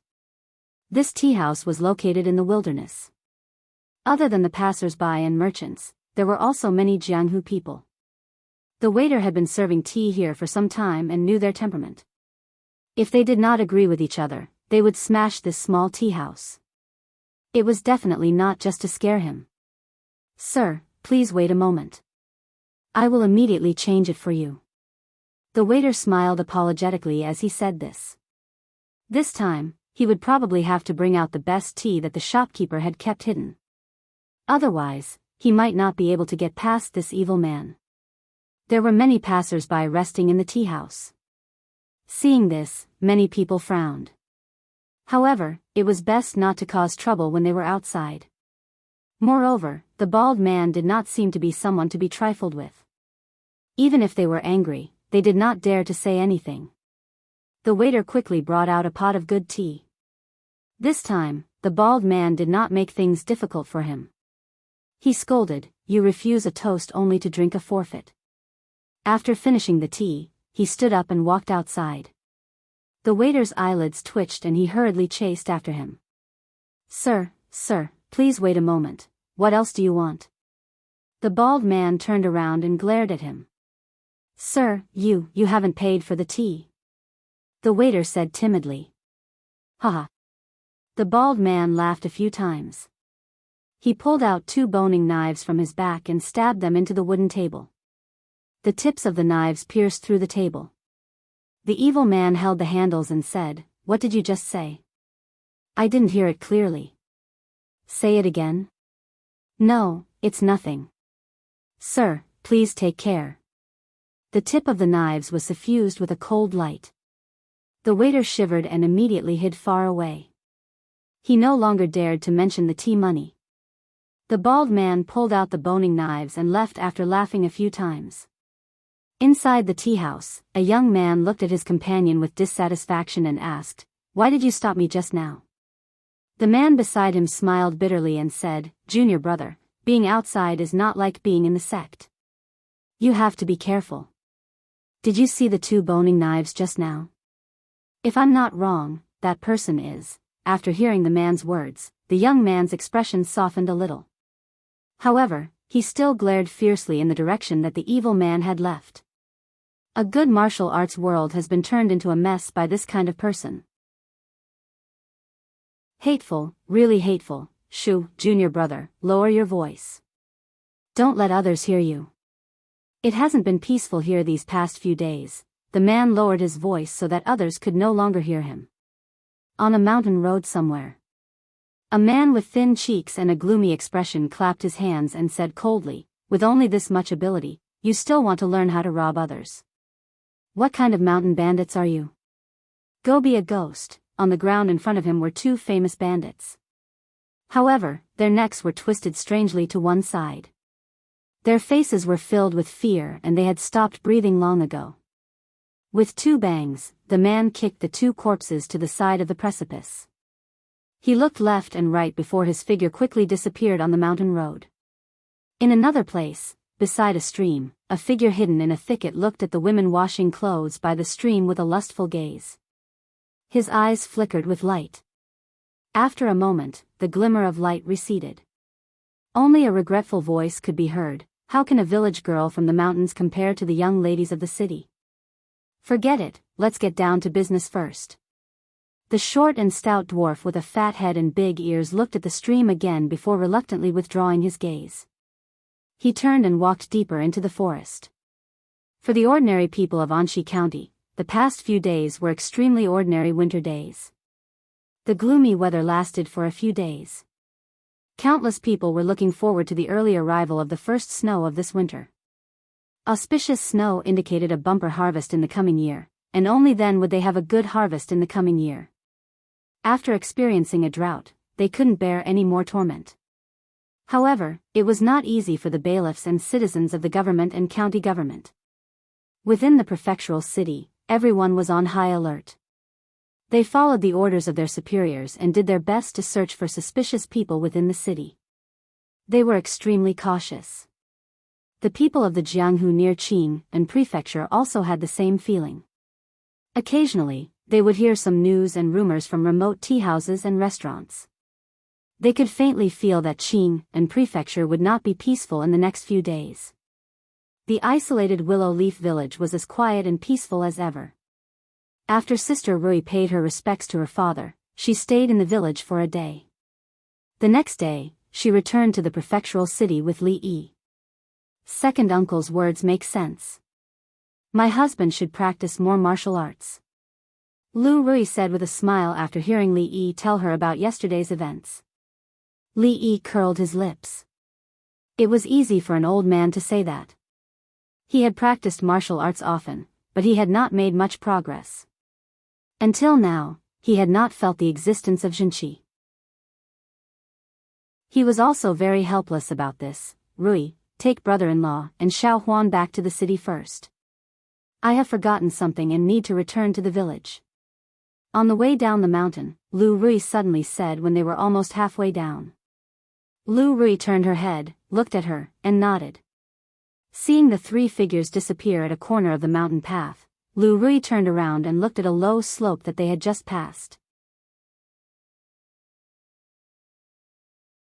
Chapter 225. There were low slopes on both sides of the mountain path. Trees were overgrown, and weeds were growing wildly. When Lu Rui looked over, she saw a mountain rabbit running out of the grass that was half the height of a person. It entered the wild grass on the other side and disappeared in a flash. Thinking back to the scene he had just seen, a figure hiding in the deep grass sighed in his heart, the Lu sisters are actually such peerless beauties. If they were killed by those rough people, wouldn't it be a pity? Even the little servant girls beside them are quite good-looking. Looking at their eyebrows, they are also virgins. They are much better than those ordinary women, the figure secretly sighed in his heart. He had been picking flowers for many years, but he had never seen such a beautiful woman. He couldn't help but start to doubt his life. Why did he meet all those ordinary women? The sound of footsteps gradually faded away. He made up his mind. He couldn't let these beauties be defiled by those people. At the very least, he had to let them first. Just as this thought emerged in his mind, he was suddenly shocked. He slowly raised his head, and when he looked at the mountain path again, he couldn't see a single figure. That trace of shock gradually turned into doubt. Strange. He clearly had a strange feeling just now, as if he had encountered a crisis. It was a moment of life and death, and it made his hair stand on end. But in the next moment, that feeling completely disappeared. If I want to be ahead of them, it looks like I have to make my move tonight. He muttered to himself and stood up from the grass. The weeds could only reach a person's waist, but they didn't reach his neck. At this moment, he could clearly see the figure's appearance. He had a fat head and big ears, and he was short. It was an ugly dwarf. "Who are you?" At this moment, a cold voice came from behind him.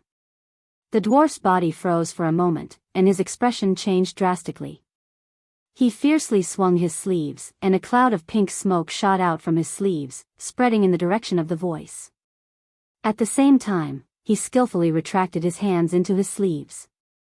When he stretched them out again, there were two sharp blades in his hands. He pierced through the smoke and stabbed forward.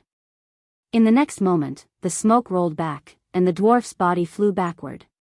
He spat out blood in the air and fell heavily on the mountain path. "Eldest miss, what's wrong?" Not far ahead, old Fong had just come out of the stockade village and was about to descend the mountain to take a look around the prefectural city. Halfway there, he saw a figure fly out from the low slope and land at his feet. He raised his head and looked at the young miss who was walking towards him with a dazed expression. In the northern district of the prefectural city of Qing'an, many lowly commoners lived there. Bandits and robbers had always run amok. It was one of the few places in the city where evil was hidden. At this moment, there were many people gathered in a dark house. Most of them were burly and carried weapons with them. Their bodies exuded a faint murderous aura, which was incomparably terrifying. If an ordinary person accidentally barged in, they would probably be so frightened that they would immediately fall to the ground. "Why isn't that shorty here yet?" A bald man in the middle glanced at the crowd and asked impatiently. Many of them had strange expressions on their faces when they heard this. Other than the boning knife, Zhu Tu Fu, there were not many people present who dared to use the term shorty to describe that person. Not only that, even words like short, dwarf, and even short were taboo in front of that person. If they accidentally offended him, they probably wouldn't even know how they died. After all, other than being lustful, that person was also famous for his bad temper in the martial arts world. Once, someone had been brutally killed by him because they had mocked his physique. Even they shuddered when they thought of the tragic scene. Forget it, there's no need to wait for him. That dwarf has probably already died on a woman's belly. Beside the bald man, a middle-aged man with a thin face and a gloomy expression said mockingly. He turned his head to look at the other burly man. "Brother Zhou, was my good-for-nothing brother really captured by that girl surnamed Lu?" The burly man nodded and said in a deep voice, "If Brother Cui doesn't believe me, you can go out and ask around. In the past 2 years, how many of our brothers in the Green Forest have fallen to that woman's hands? Come to think of it, those brothers have no grudge against her, but that woman just won't let them go. She would rather become the minions of the government. My brother, who also fell to her hands. I'm afraid that his head will soon roll to the ground. I say, Brother Zhou, are you a man or not? A woman can actually make you so afraid, and you even need these brothers to come and help. The bald man looked at the burly man with disdain and said, it's just a woman. I, your father, will let her win with only one hand. Oh, since you, Zhu Tu Fu, look down on women so much, why don't you spar with me? A feminine voice came from the crowd, and everyone made way for her. A skinny woman with a scar on her face walked out from the crowd. Zhu Tu Fu originally wanted to agree, but when he saw that it was this woman who spoke, he immediately swallowed the words he was about to say and said with an embarrassed smile, the third lady is a heroine among women, so of course she is not one of them. This old Jew admires you very much, but as for the spar, let's forget about it. If it was any other woman, he would have already taken out his 2 boning knives and charged at her. The infamous Zhu Tu Fu was not like the shorty, who knew how to have tender and protective feelings for the fairer sex. However, even though the person in front of him was a woman, there was probably not a single person present who treated her as a woman. This woman was abandoned by her fiancé, and on the night of the man's wedding, she beheaded the newlyweds in front of all their friends and relatives. She swore to kill all the unfaithful men in the world.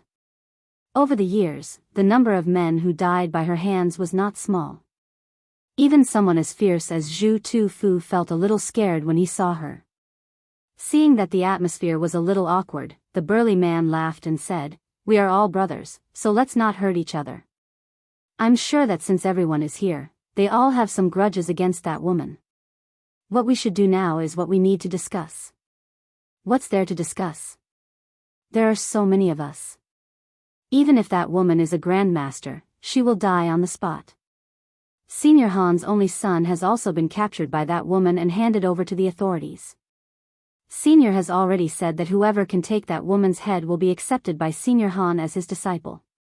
This is a rare opportunity. Also, Minister Zhao of Chuzhou has also said that whoever can capture that woman will be rewarded with 1,000 taels of silver. Hearing the angry chatter of the crowd, even the instigator of this matter, the burly man, did not expect this. He had only spread the news to gather some people who had a grudge against that woman to act together to increase their chances of success, but he did not expect so many people to respond. That woman had offended almost half of the heroes in the Jianghu near Qing and prefecture.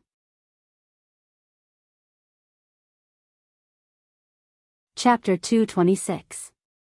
Just thinking about it, if these people's target was him, the burly man felt a chill run down his spine. That was practically a death sentence. That Senior Han had become famous 20 years ago. At that time, his martial arts were already top-notch. Now, he was probably even more unfathomable. Even if he hadn't stepped into the Grandmaster realm, he wasn't far from it. If one could become his disciple and receive his guidance, their martial arts cultivation would definitely improve. Regardless of whether or not they had any grudges with that woman, just this one condition was enough to make countless people scramble like ducks. Zhao Yuanwei could be considered half a person of Jianghu. His family was extremely wealthy, and there weren't many people who would sit still for 1,000 taels of silver to buy that woman. He had originally only wanted to gather some people to avenge his brother, but now that things had developed to this point, it had long since gotten out of his control. At this point, apart from his group of people, who knew how many people were eyeing that woman. With such a large commotion, it was impossible to hide from the authorities. Those who could accept this kind of transaction or who had a grudge with that woman were definitely not clean. If this dragged on for too long, it wouldn't be a good thing for them. I have to make my move as soon as possible to avoid long nights of dreams. In an instant, the burly man had already made his decision. On the mountain path, Fong grabbed the midget's collar and lifted him up, fiercely asking, "Speak. What kind of evil plan do you have? Who sent you?" After experiencing the matter of the young master being kidnapped last time, Fong hated this kind of person to the extreme. This guy was lying in ambush on the side of the road. He definitely wanted to harm the young master. If it wasn't for the young miss, the young master might have really fallen into this guy's trap. Since I've fallen into your hands, if you want to kill me or torture me, do as you please." The midget glanced at Fong and coldly snorted. He had an illustrious reputation in Jianghu. These years, he had done all sorts of evil deeds. Naturally, he would think of what would happen if he fell into the hands of the authorities. They were all hot-blooded men. Even if their heads fell off, they would still be heroes in their next life. "You do have some guts." Upon hearing this, Fong didn't get angry. Instead, he smiled and turned to look at Lu Rui. "Eldest miss, leave this matter to me. I want to see how long this guy can keep his mouth shut." He sneered at the dwarf, grabbed him by the neck, and walked deeper into the bushes. Some time ago, he had learned many tricks in the yamen. Unfortunately, he had never had the chance to try them out. This time, the shorty was really lucky. Of course, that kind of brutal and bloody scene could not be seen by the eldest Mississippi. Soon enough, the dwarf's voice came from the depths of the bushes. "Bah! If you have any tricks up your sleeves, just use them. If I shout, I'll call you Grandpa. Grandpa, spare me. I'll tell you everything." After a while, Fong carried the unconscious dwarf out of the bushes and casually threw him on the ground. His expression was terrifyingly gloomy. "Young miss." He threw the midget down and looked at Lu Rui. He opened his mouth and only spoke after a long time. "This is bad." As he walked on the streets of the prefectural city, Li Yi noticed that there were more bailiffs patrolling the streets than usual. It seemed that every district had increased their manpower. These bailiffs naturally recognized him. They came over and greeted him respectfully, "Magistrate." They looked a little tired. Did something big happen in the prefectural city these 2 days? Li Yi looked at one of the bailiffs and asked in confusion.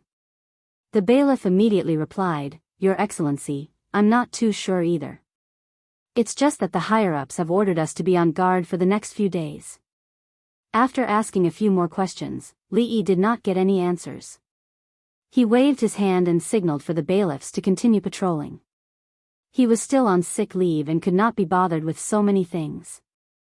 He believed that Her Highness would take care of these matters. Out of the way, out of the way.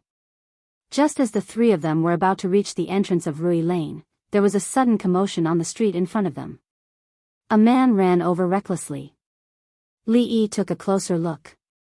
This man was the one who was arrested and sent to the yamen for injuring someone. He was later released because of his filial piety. His name seemed to be Wu Er. Wu Er was carrying another person on his back, and the bailiff uniform he was wearing was stained with blood.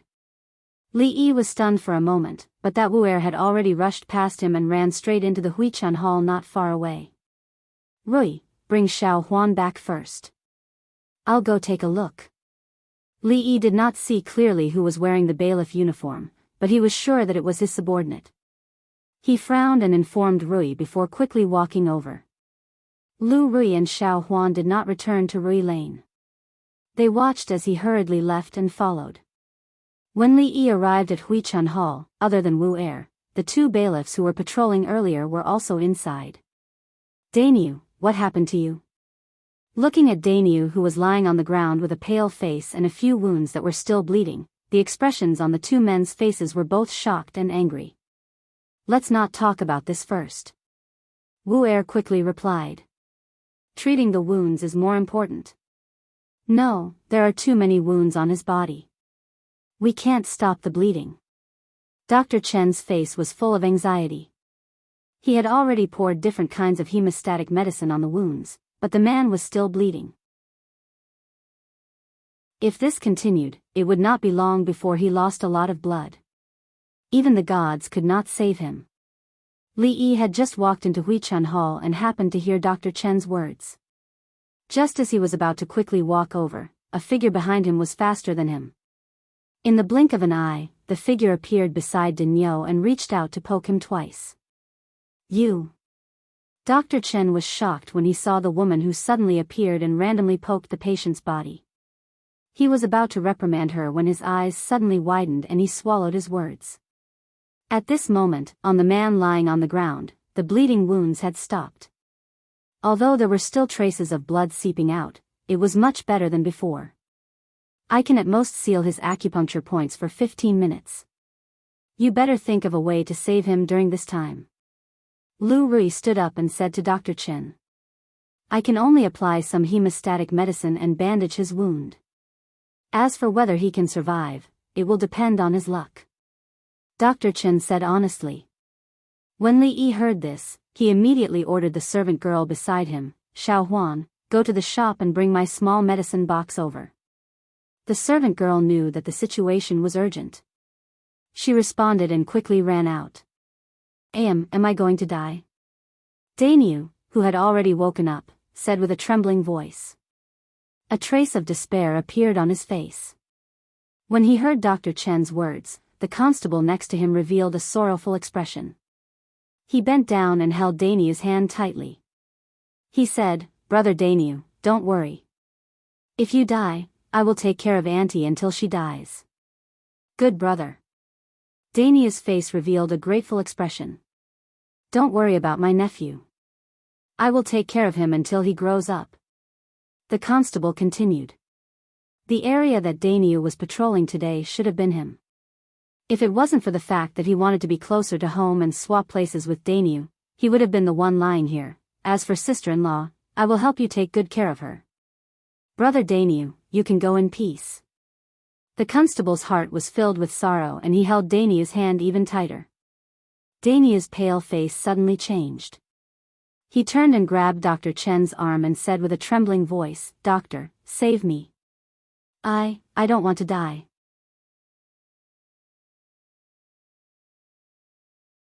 Chapter 227. Dr. Chen had a helpless look on his face. If it was any other injury, it would be fine. However, this kind of bleeding wound was the most difficult to deal with. He could only do his best. Even on the battlefield, this kind of minor injury would only be treated with a simple bandage. If the injury was too serious, he could only add a knife to help the patient. Daniel looked at Dr. Chen's expression and suddenly had a bad premonition from the bottom of his heart. Why could he faintly feel the same aura from this old doctor as the bald man with the bone-paring knife? It was as if the bald man would stab him a few times in the next moment. Young master, the medicine box is here. Xiao Huan ran in with a wooden box panting and handed it to Li Yi. The servant girl knew what was in the box. Other than some commonly used medicine, there was wine and needles. However, she had never seen the young master use them before. Wait.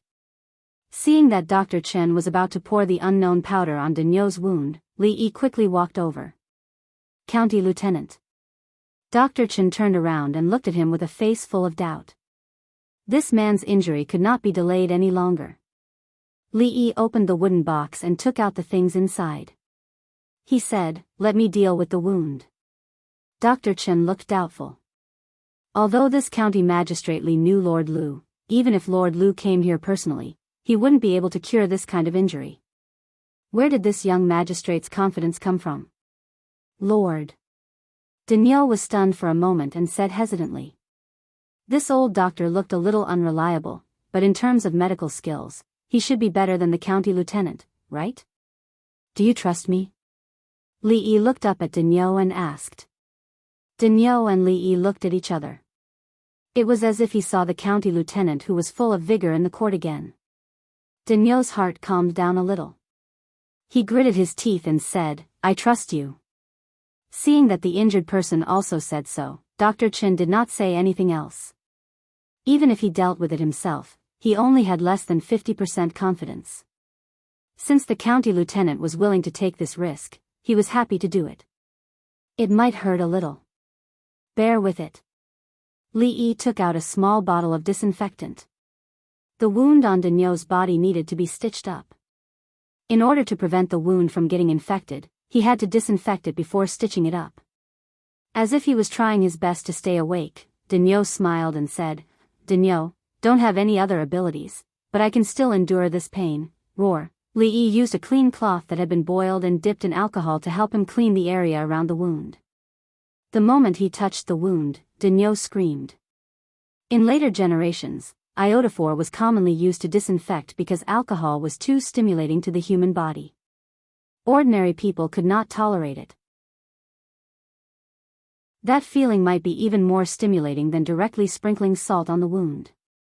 Li Yi glanced at him and continued what he was doing. If it wasn't for Daniel's powerful knockout drug, he might not even have the chance to stand here. This time, he had a chance to repay him. Hiss. Ah. Roar. When Li Yi was disinfecting his wound, Daniel did not look like a seriously injured person at all. He was full of energy and kept screaming. After a while, Li Yi finally stopped what he was doing.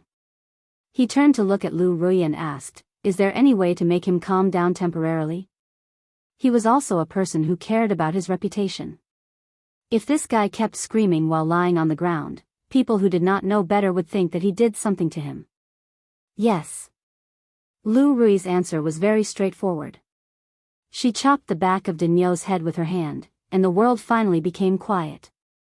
Dr. Chen and the two constables who were supporting Daniel saw this, and their mouths twitched at the same time. As expected of Mississippi Lu, this trick was very effective. Not only did Daniel stop screaming when he disinfected the wound with alcohol, even when he started to stitch the wound with catgut, Daniel seemed to be asleep and did not have any reaction. Except for Li Yi, everyone had a reaction. Xiao Huan did not know what the needles and thread in the box were used for before, but now she knew. Seeing her son-in-law stitch the man's wound as if he was sewing clothes, her face was already pale with fear. She covered her eyes and did not dare to watch anymore. As for the apprentice in the medical center who was not mentally strong enough, he ran to the backyard when Li Yi stitched the first stitch. He leaned against the wall and vomited. The scene just now had a huge impact on him.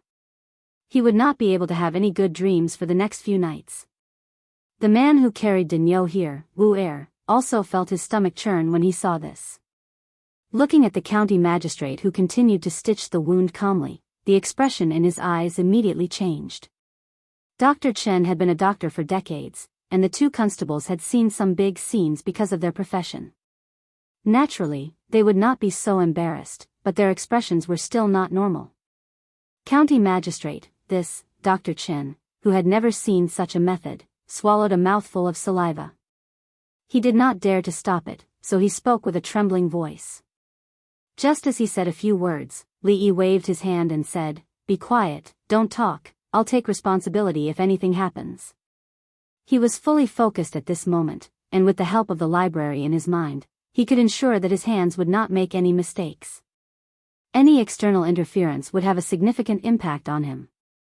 Lu Rui stood beside him and watched as the wound was stitched up. She clenched her fists tightly, and her face was slightly pale, but she did not look away. After the wound was stitched up, Li Yi took out the sterilized gauze from the box and bandaged Daniel's wound before standing up. Dr. Chen should know what to do next. A quarter of an hour had already passed, but there was no more blood flowing out of the stitched wound. Dr. Chen's face revealed a shocked expression. At this moment, he finally understood why the imperial physician, Lord Lu, was so polite to this young county officer. This was a method of stitching wounds that he had never seen before. If all the doctors in the world could learn it, countless lives would be saved, especially on the battlefield, and countless soldiers would benefit from it. Dr. Chen did not dare to think about it. The next moment, his face turned solemn, and he solemnly bowed to Li Yi and said, "May I be so bold as to ask County Magistrate to spread this method to the world. The people of the Jing Kingdom will remember your kindness for generations to come." The doctors in this era, regardless of their medical skills, all had noble sentiments. They always thought about the people. Imperial physician Lu was like that, and now Dr. Chen was also like that. Li Yi waved his hand. This matter was not urgent. He had to find out how Daniel got injured first. This was in Qing, an prefectural city, and someone actually dared to attack a constable. In the future, it would be a felony of assaulting a police officer. It was obvious that the person did not respect the county magistrate. When he raised his hand, he found that it was blood red. He did not have sterile gloves, and he only sterilized it. When he stitched up the wound, there was naturally a lot of blood on it. When he was concentrating, he did not notice anything. Now that he came back to his senses, he saw that both of his hands were bloody, and a smell of blood hit his face. Li Yi suddenly felt his stomach churning, and his head became dizzy. "What's wrong with you?" Lu Rui was the first to notice his abnormality. Just as he opened his mouth, he saw Dr. Chen's body shake a few times, and he fell straight back.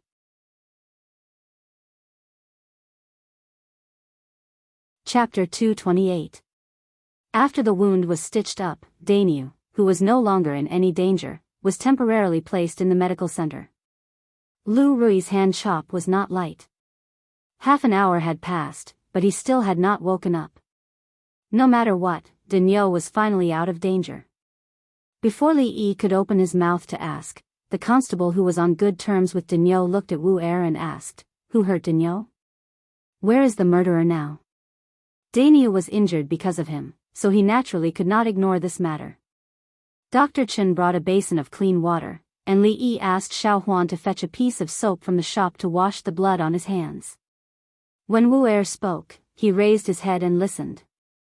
"It was bone-paring knife, Zhu Tufu," Wu Er said. "What Tufu?" The two bailiffs had clearly not heard of this name, and a trace of confusion appeared on their faces. The two were not people of Jianghu, so it was normal that they had not heard of Zhu Tufu. Wu Er was not surprised, and explained, "Zhu Tufu is a famous villain in the underworld, and he has a bad reputation in the underworld." He dared not say that in the entire Jianghu, but in the territory of Qing and Prefecture, there were not many people in Jianghu who did not know of bone-paring knife, Zhu Tufu. What bone-paring knife or butcher knife? This nickname is too ugly. As Li Yi was thinking about this, he noticed that when Wu Er mentioned Zhu Tufu, the corner of Lu Rui's mouth twitched. He wiped his hands clean, stood up, and asked Lu Rui, "You or that Zhu Tufu, who is more powerful?" Lu Rui looked at him indifferently, and did not speak, as if he did not care to answer. Li Yi suddenly understood. Compared to his sister-in-law, that Zhu Tufu was far from enough. The bailiff who spoke just now gritted his teeth and said, "Who cares about him? Daniel has no grudge against him, but he was so ruthless. Where is he now? I will go back to the government office and call a few more brothers. We must arrest him." "Absolutely not." Hearing this, Wu Er waved his hand and said, "That Zhu Tufu is one of the top experts in the Green Forest. He came to Qing and to take the life of the woman from the Willow Leaf Stockade. He has gathered a large group of Green Forest experts around him. You must not act rashly." Wu Er himself could be considered half a man of Jianghu, so he knew very well how powerful those people were when they gathered together. Not to mention a few constables, even all the local government laborers would not be a match for them. The only reason that the injured constable was still alive was probably because Zhu Tufu had some misgivings and did not dare to kill anyone in the prefectural city. Even so, if it were not for the fact that he happened to see the constable named Daniel when those people left, he would have lost his life due to excessive blood loss. Wu Er, who was busy stopping the two bailiffs, didn't notice that after he said those words, the beautiful woman and the county lieutenant's expressions turned extremely unsightly. "What did you say?" Lu Rui flashed and appeared in front of Wu Er. She stared at him and asked, "What woman from the Willow Leaf village?" Wu Er was stunned for a moment and did not know what was going on. Could it be that this young lady also had a grudge against that woman?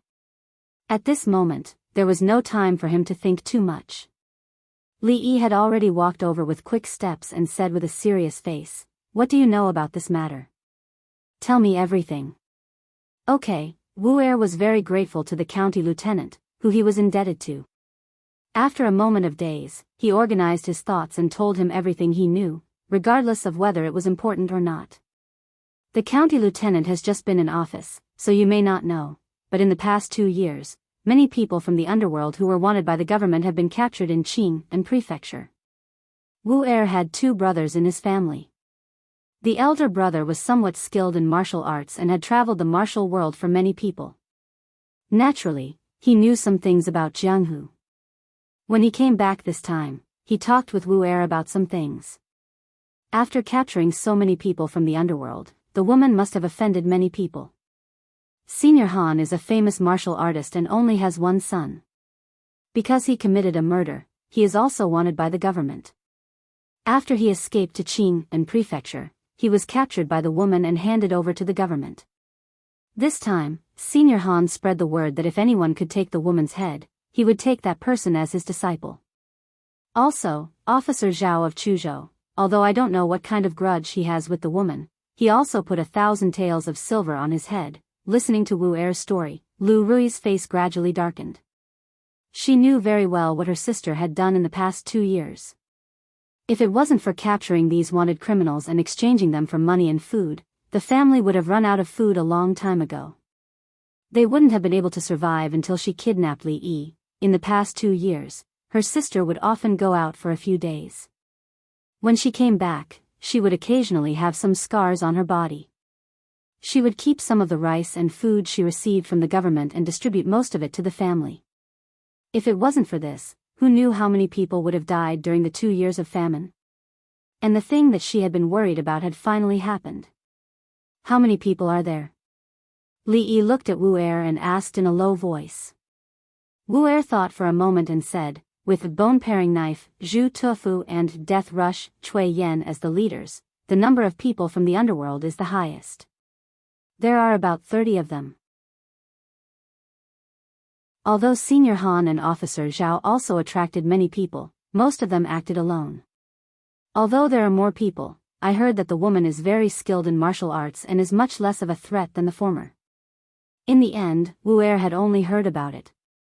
This was all that his brother had revealed to him. Senior Han, Officer Zhao, are these the so-called heroes of the martial arts world? Li Yi said in a low voice. When he turned around to look, Lu Rui had disappeared without him noticing. Wu Er snorted and said, although Zhu Tufu and Cui Yen are skilled in martial arts, they are not heroes. In the eyes of true heroes of the martial arts world, they are just a group of powerful bandits. Although Senior Han loves his son, he can't distinguish between good and evil. I'm afraid that in the future, he will be laughed at by countless people. As for Officer Zhao, I heard that he has always been in close contact with these people. I don't know how many dirty tricks he used to build up his family business today. Wu Er's face was full of resentment and his words were full of disdain for these people. However, Li Yi was no longer concerned about these things. Li Yi turned around and patted the constable's shoulder as he said, Wei Cheng, please take this lady to the county government office. I'll leave her safety in your hands. Don't worry, my lord. I will definitely protect this young lady. The constable named Wei Cheng immediately bowed and said, Young master, I. Xiao Huan opened her mouth with a pale face. Li Yi touched her head and said with a smile, Be good and listen to the young master. Stay in the government office and don't run around. I will come to pick you up after I finish this matter. I'll be counting on you. Li Yi glanced at the constable again before turning around and leaving. Young master. Xiao Huan anxiously wanted to chase after him, but the constable was already in front of her.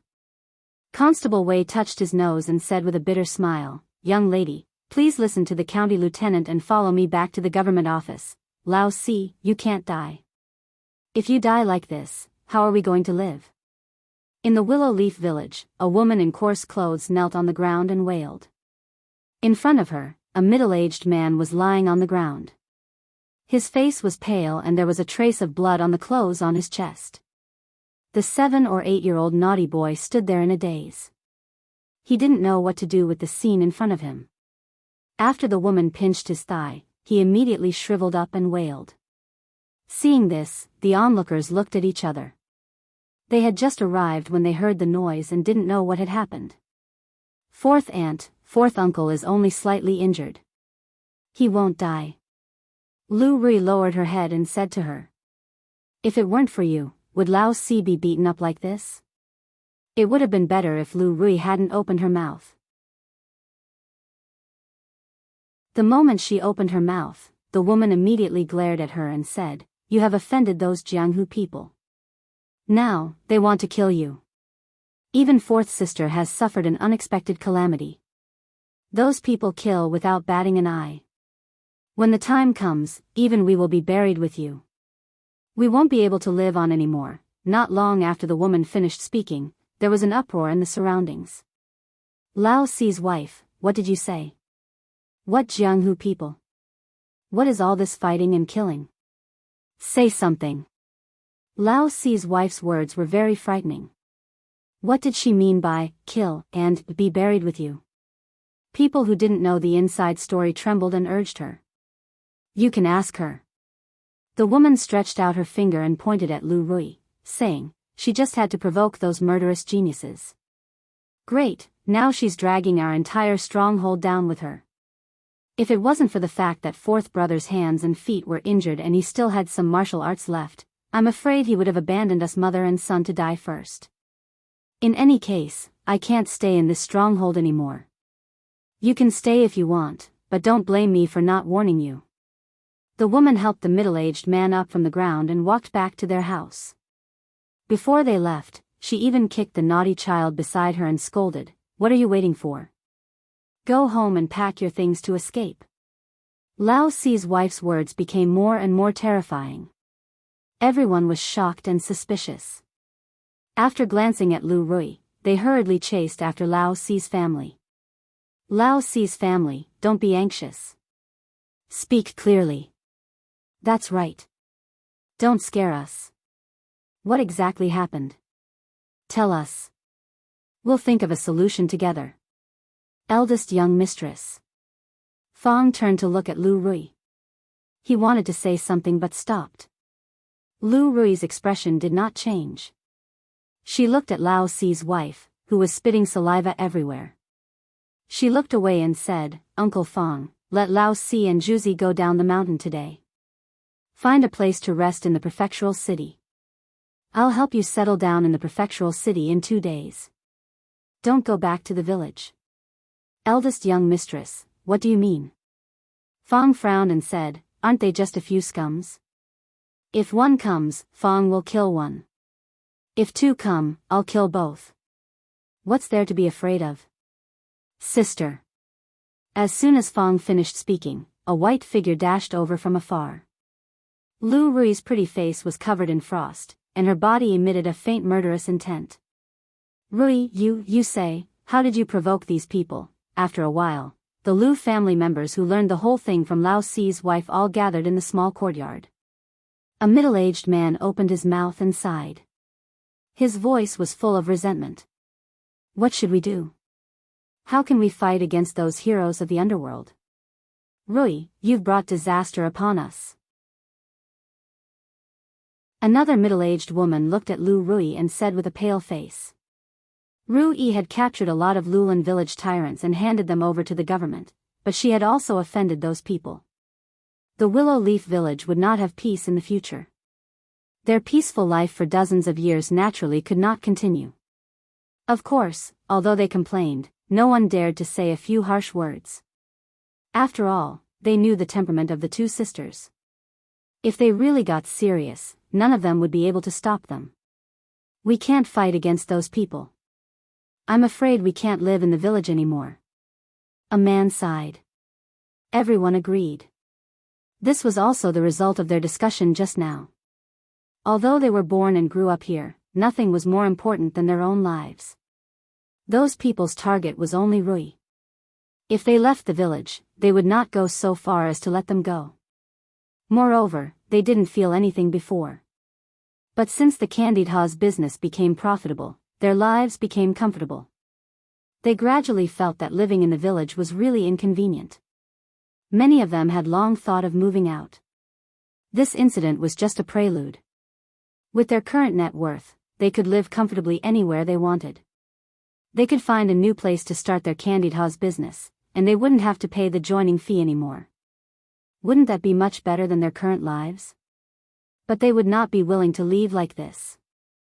A woman pushed the old man who was lying on a rocking chair in the courtyard and said, "Second uncle, say something." Ah. The old man who was napping was shaken awake by her. His eyes were half open and he said, "What did you say?" "Second uncle, you're an elder. You should also say your opinion on this matter." The woman said again. Ah.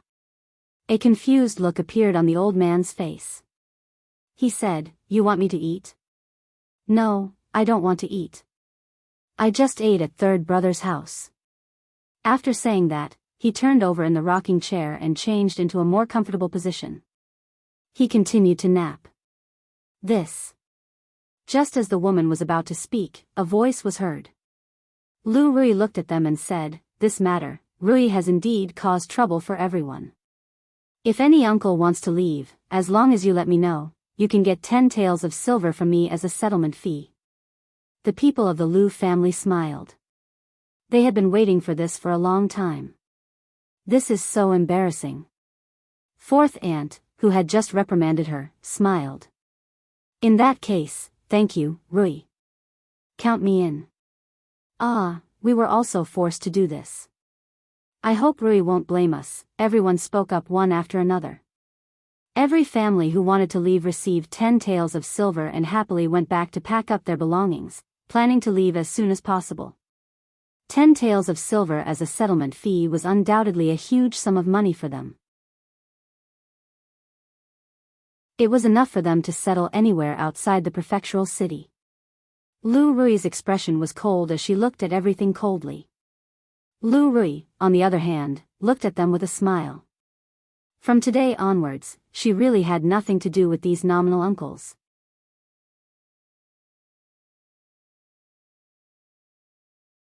Chapter 229. Li Yi urged the worker to speed up the whole way, and they arrived at the foot of Green Willow Mountain in half the usual time. Without any delay, they arrived at the stronghold without any incident. Before they entered the stronghold, a few people walked towards them. Li Yi easily recognized that it was 7th Uncle Lu's family. When they first wanted to enter the candied hawthorn business, he was one of the first to speak up. At this moment, this family was full of bags of various sizes, and even the 2 brats were no exception. When they saw Li Yi at the entrance of the stronghold, 7th Uncle Lu and his wife froze for a moment. The expressions on their faces became strange. They didn't greet him and walked straight past Li Yi. The 2 brats stopped in their tracks and raised their heads to look at him. They called out in a low voice, "Mister," and turned to chase after their parents. Li Yi stood where he was and looked into the stronghold.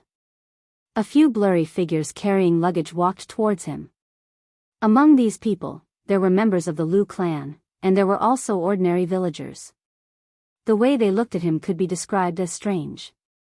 More people brushed past him without saying a word. Occasionally, some people would come up to him and clasp their hands in thanks.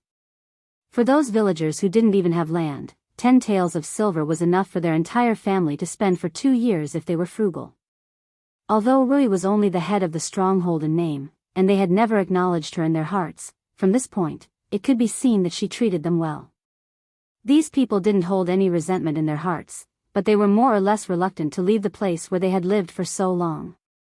He didn't know if it was Li Yi's imagination, but when he walked through the stronghold, he felt that it was much more spacious than before. It wasn't until he reached the front door of his house that he heard a rough voice coming from inside. "Eldest miss, what are you saying?" "I'm not leaving. I won't leave no matter what. I've lived for so long, how can I be afraid of these little thieves?" This was Fang's voice. Another voice followed, "Hee, young miss, we all know where the food you gave us for the past 2 years came from. If we leave now, are we still human?" After this voice was heard, several voices in the courtyard immediately echoed it. Bullsh *T. Do you really think we're pushovers? We'll listen to Fang this time. We won't leave.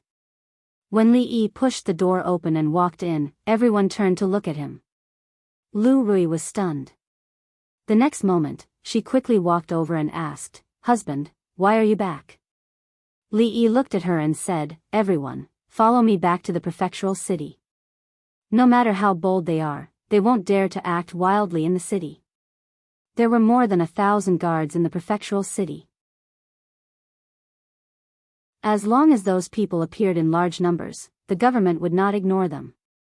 If those people dared to make a move in the prefectural city, they would not be able to escape even if they had wings. But here, they did not have to worry so much. "Husband, you know all about it?" Lu Rui looked at him and asked. Li Yi looked at her. Was she planning to hide such a big thing from him?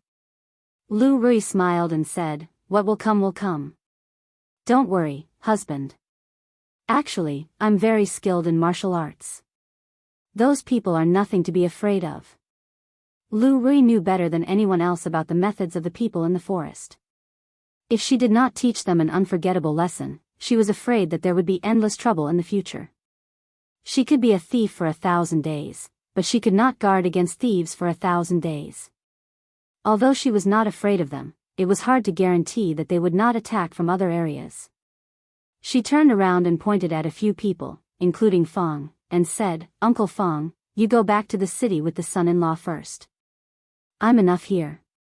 No, although Rui was skilled in martial arts, it was difficult for 2 fists to fight against 4 hands. Wu Er said that there were dozens of them. Li Yi could not let her stay here no matter what. However, just as he was about to object, he suddenly felt a sharp pain at the back of his neck. In the next moment, dizziness and darkness came over him. "Husband, I'm sorry." He saw Lu Rui take back her hand and hold him up. She looked at him apologetically, opened her mouth, and then lost consciousness. "Uncle Fong, I'll leave the son-in-law to you." Looking at first Miss and then at the fainted son-in-law, Fong finally nodded helplessly. When Li Yi woke up, he felt that the whole world was shaking. He opened his eyes and the ground below him was moving backward rapidly. This posture was very familiar, and the feeling was very familiar. The horse under him was even more familiar. "Stop!" Li Yi shouted. Fong, who was in front of him, pulled the reins, and the horse gradually stopped. Fong kindly reminded him, "Son-in-law, don't think about going back. First Miss will knock you out again. I'm afraid it won't be so easy for you to wake up the second time." Fong's words were very reasonable. Although she had a gentle temperament, it was not easy to change her mind once she had decided on something. At least, Li Yi could not change her mind. He would settle the score with her after this matter was over. The most important thing was how to get through the current crisis. Li Yi sat up straight on the horse and urged, "Go to the prefectural city." After entering the prefectural city, Li Yi did not return to Rui workshop. Instead, he and Fong went straight in the direction of Prince Ning's mansion. Now, he could only rely on Li Xian's power. The bailiffs and bailiffs of the county government were not enough in front of those people. The guards of Prince Ning's mansion were all skilled and there were many of them. If he could borrow some, it would be a great hindrance to those people. "Young master, please wait here for a moment. I will immediately go and inform the crown prince." The servants of Prince Ning's mansion had a very good memory. Last time at the Wang Fei's birthday banquet, housekeeper Wang was very polite to this young master. Of course, he didn't dare to slight him now. He politely had Li Yi wait here and quickly ran in. "Son-in-law, is that pretty boy really the young prince?" Fong had long known the identity of Li Xian, but he still couldn't connect that unreliable pretty boy with the crown prince of Prince Ning. "That's right." Li Yi nodded his head. After receiving confirmation from Li Yi, Fong's worried heart finally relaxed. He didn't know how strong the power of the Prince Ning's mansion was, but the guards that he was familiar with were not just for show. If there were a few more of these people, he would have more confidence in dealing with the motley crowd. "Apologies, the young prince is not here." The servant went in quickly and came out quickly. He spoke apologetically to Li Yi. "Not here?" Li Yi furrowed his brow and said, "Please help me inform the crown prince that I want to see the crown prince." Li Yi had never interacted with Prince Ning before. If he hadn't encountered a situation like today, he probably wouldn't have gone to see the crown prince of his own accord. But at this moment, he couldn't care so much. The servant still had a smile on his face and said, "Young master, my apologies, but the crown prince is also not in the fu." The expression on Li Yi's face froze and he seemed to understand something. He turned to look at Fong and said, "Let's go." "Go where?" Fong was puzzled. He hadn't even seen the person he was supposed to see. Why was the son-in-law leaving? "The medicine shop." "Why are we going to the medicine shop?" Fong was even more puzzled. "To buy some arsenic. If we can't beat them, to avoid being humiliated, it's better to take some medicine and commit suicide. Seeing Li Yi and Old Fang's silhouettes disappear from afar, the servant looked around and returned to the prince's mansion. He passed through several long corridors and knocked on the door of a certain building. After getting a response, he pushed the door open and walked in. "Your Highness, they have been sent away." "I know. You can leave now." A voice came from the table in the middle of the room. The servant bowed respectfully and slowly retreated. Both His Majesty and the princess seemed to value this boy. The crown prince also has a close relationship with him. "Your Highness, why?" An old voice came from the corner. Before the words could finish, Prince Ning waved his hand and interrupted. Thinking of Li Xian's recent changes, Prince Ning frowned and said, "He does have some crooked talents, but he can't show them in public. If Xian hangs out with him all day, I'm afraid the disadvantages outweigh the advantages." After Prince Ning spoke, there was no more sound from the corner of the study.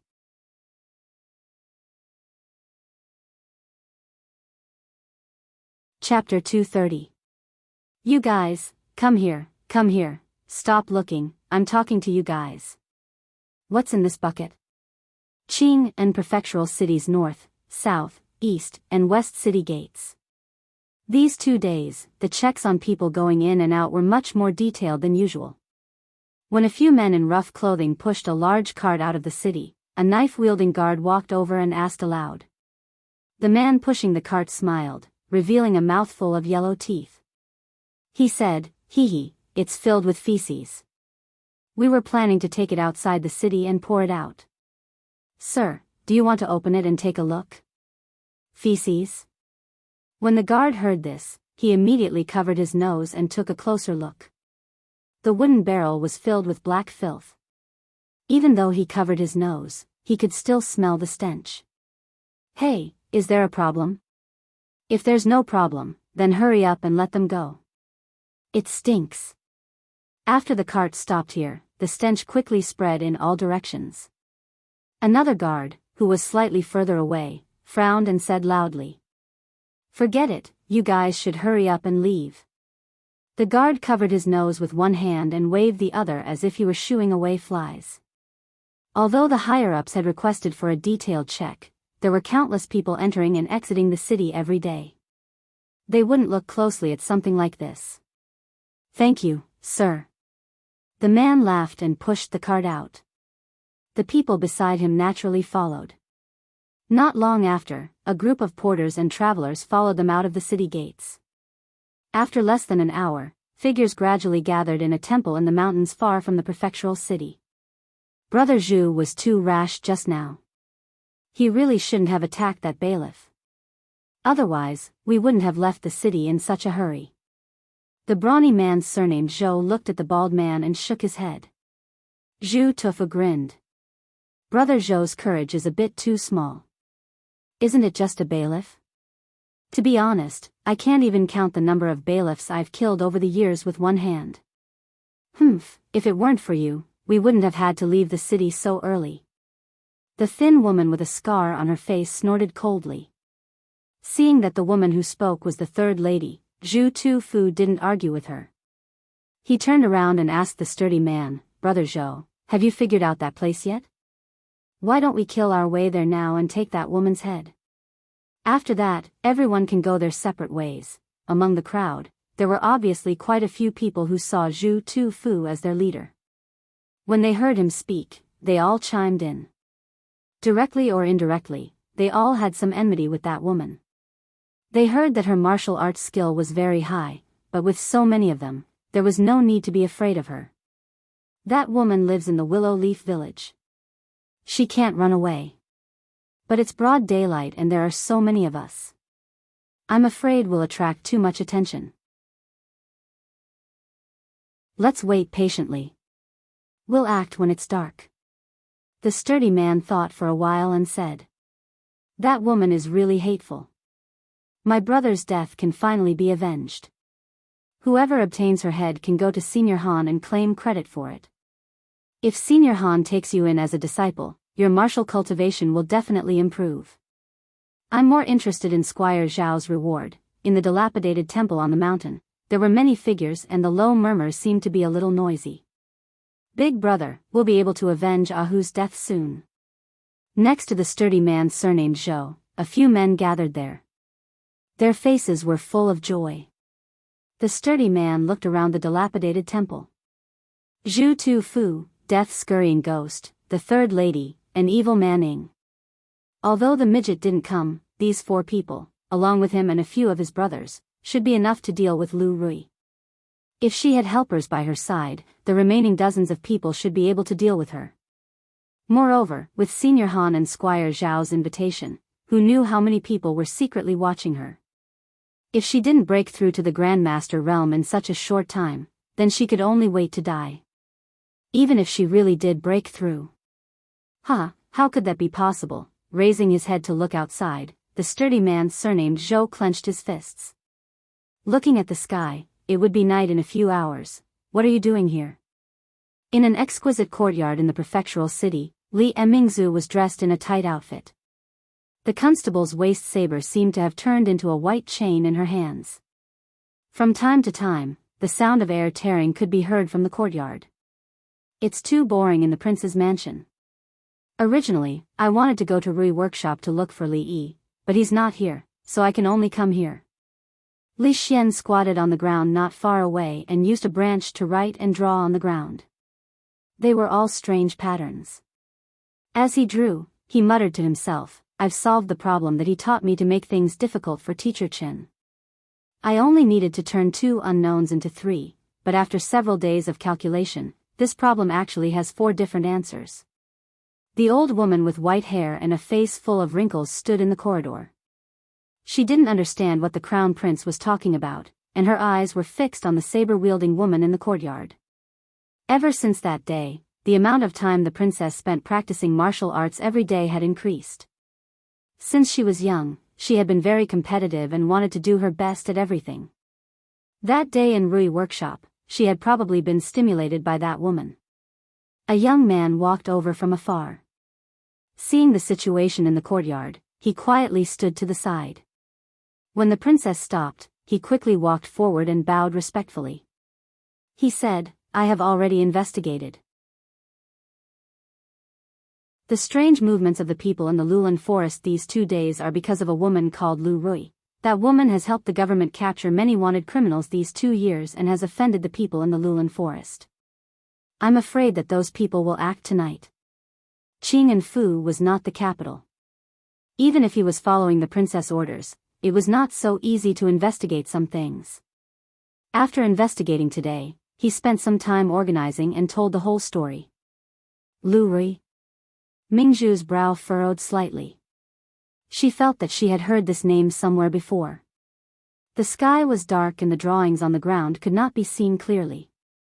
Li Xian threw down the branch in his hand and walked over. He said, What did you say just now, Lu Rui, Li Yi's wife? What happened? Mingzhu finally remembered where she had heard this name and her pretty face changed slightly. What? Not long after, Li Xian's mouth opened wide and his face darkened. A moment later, a dozen or so figures rushed out of the courtyard.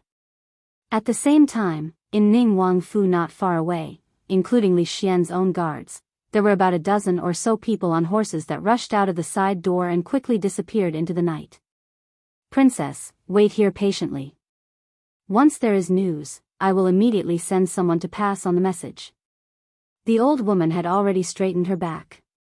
After giving her instructions, she followed closely behind those people. Motherf ***, looks like we have to hurry up.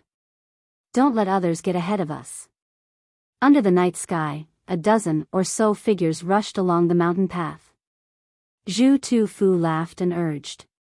Along the way, they actually saw many people from the green forest.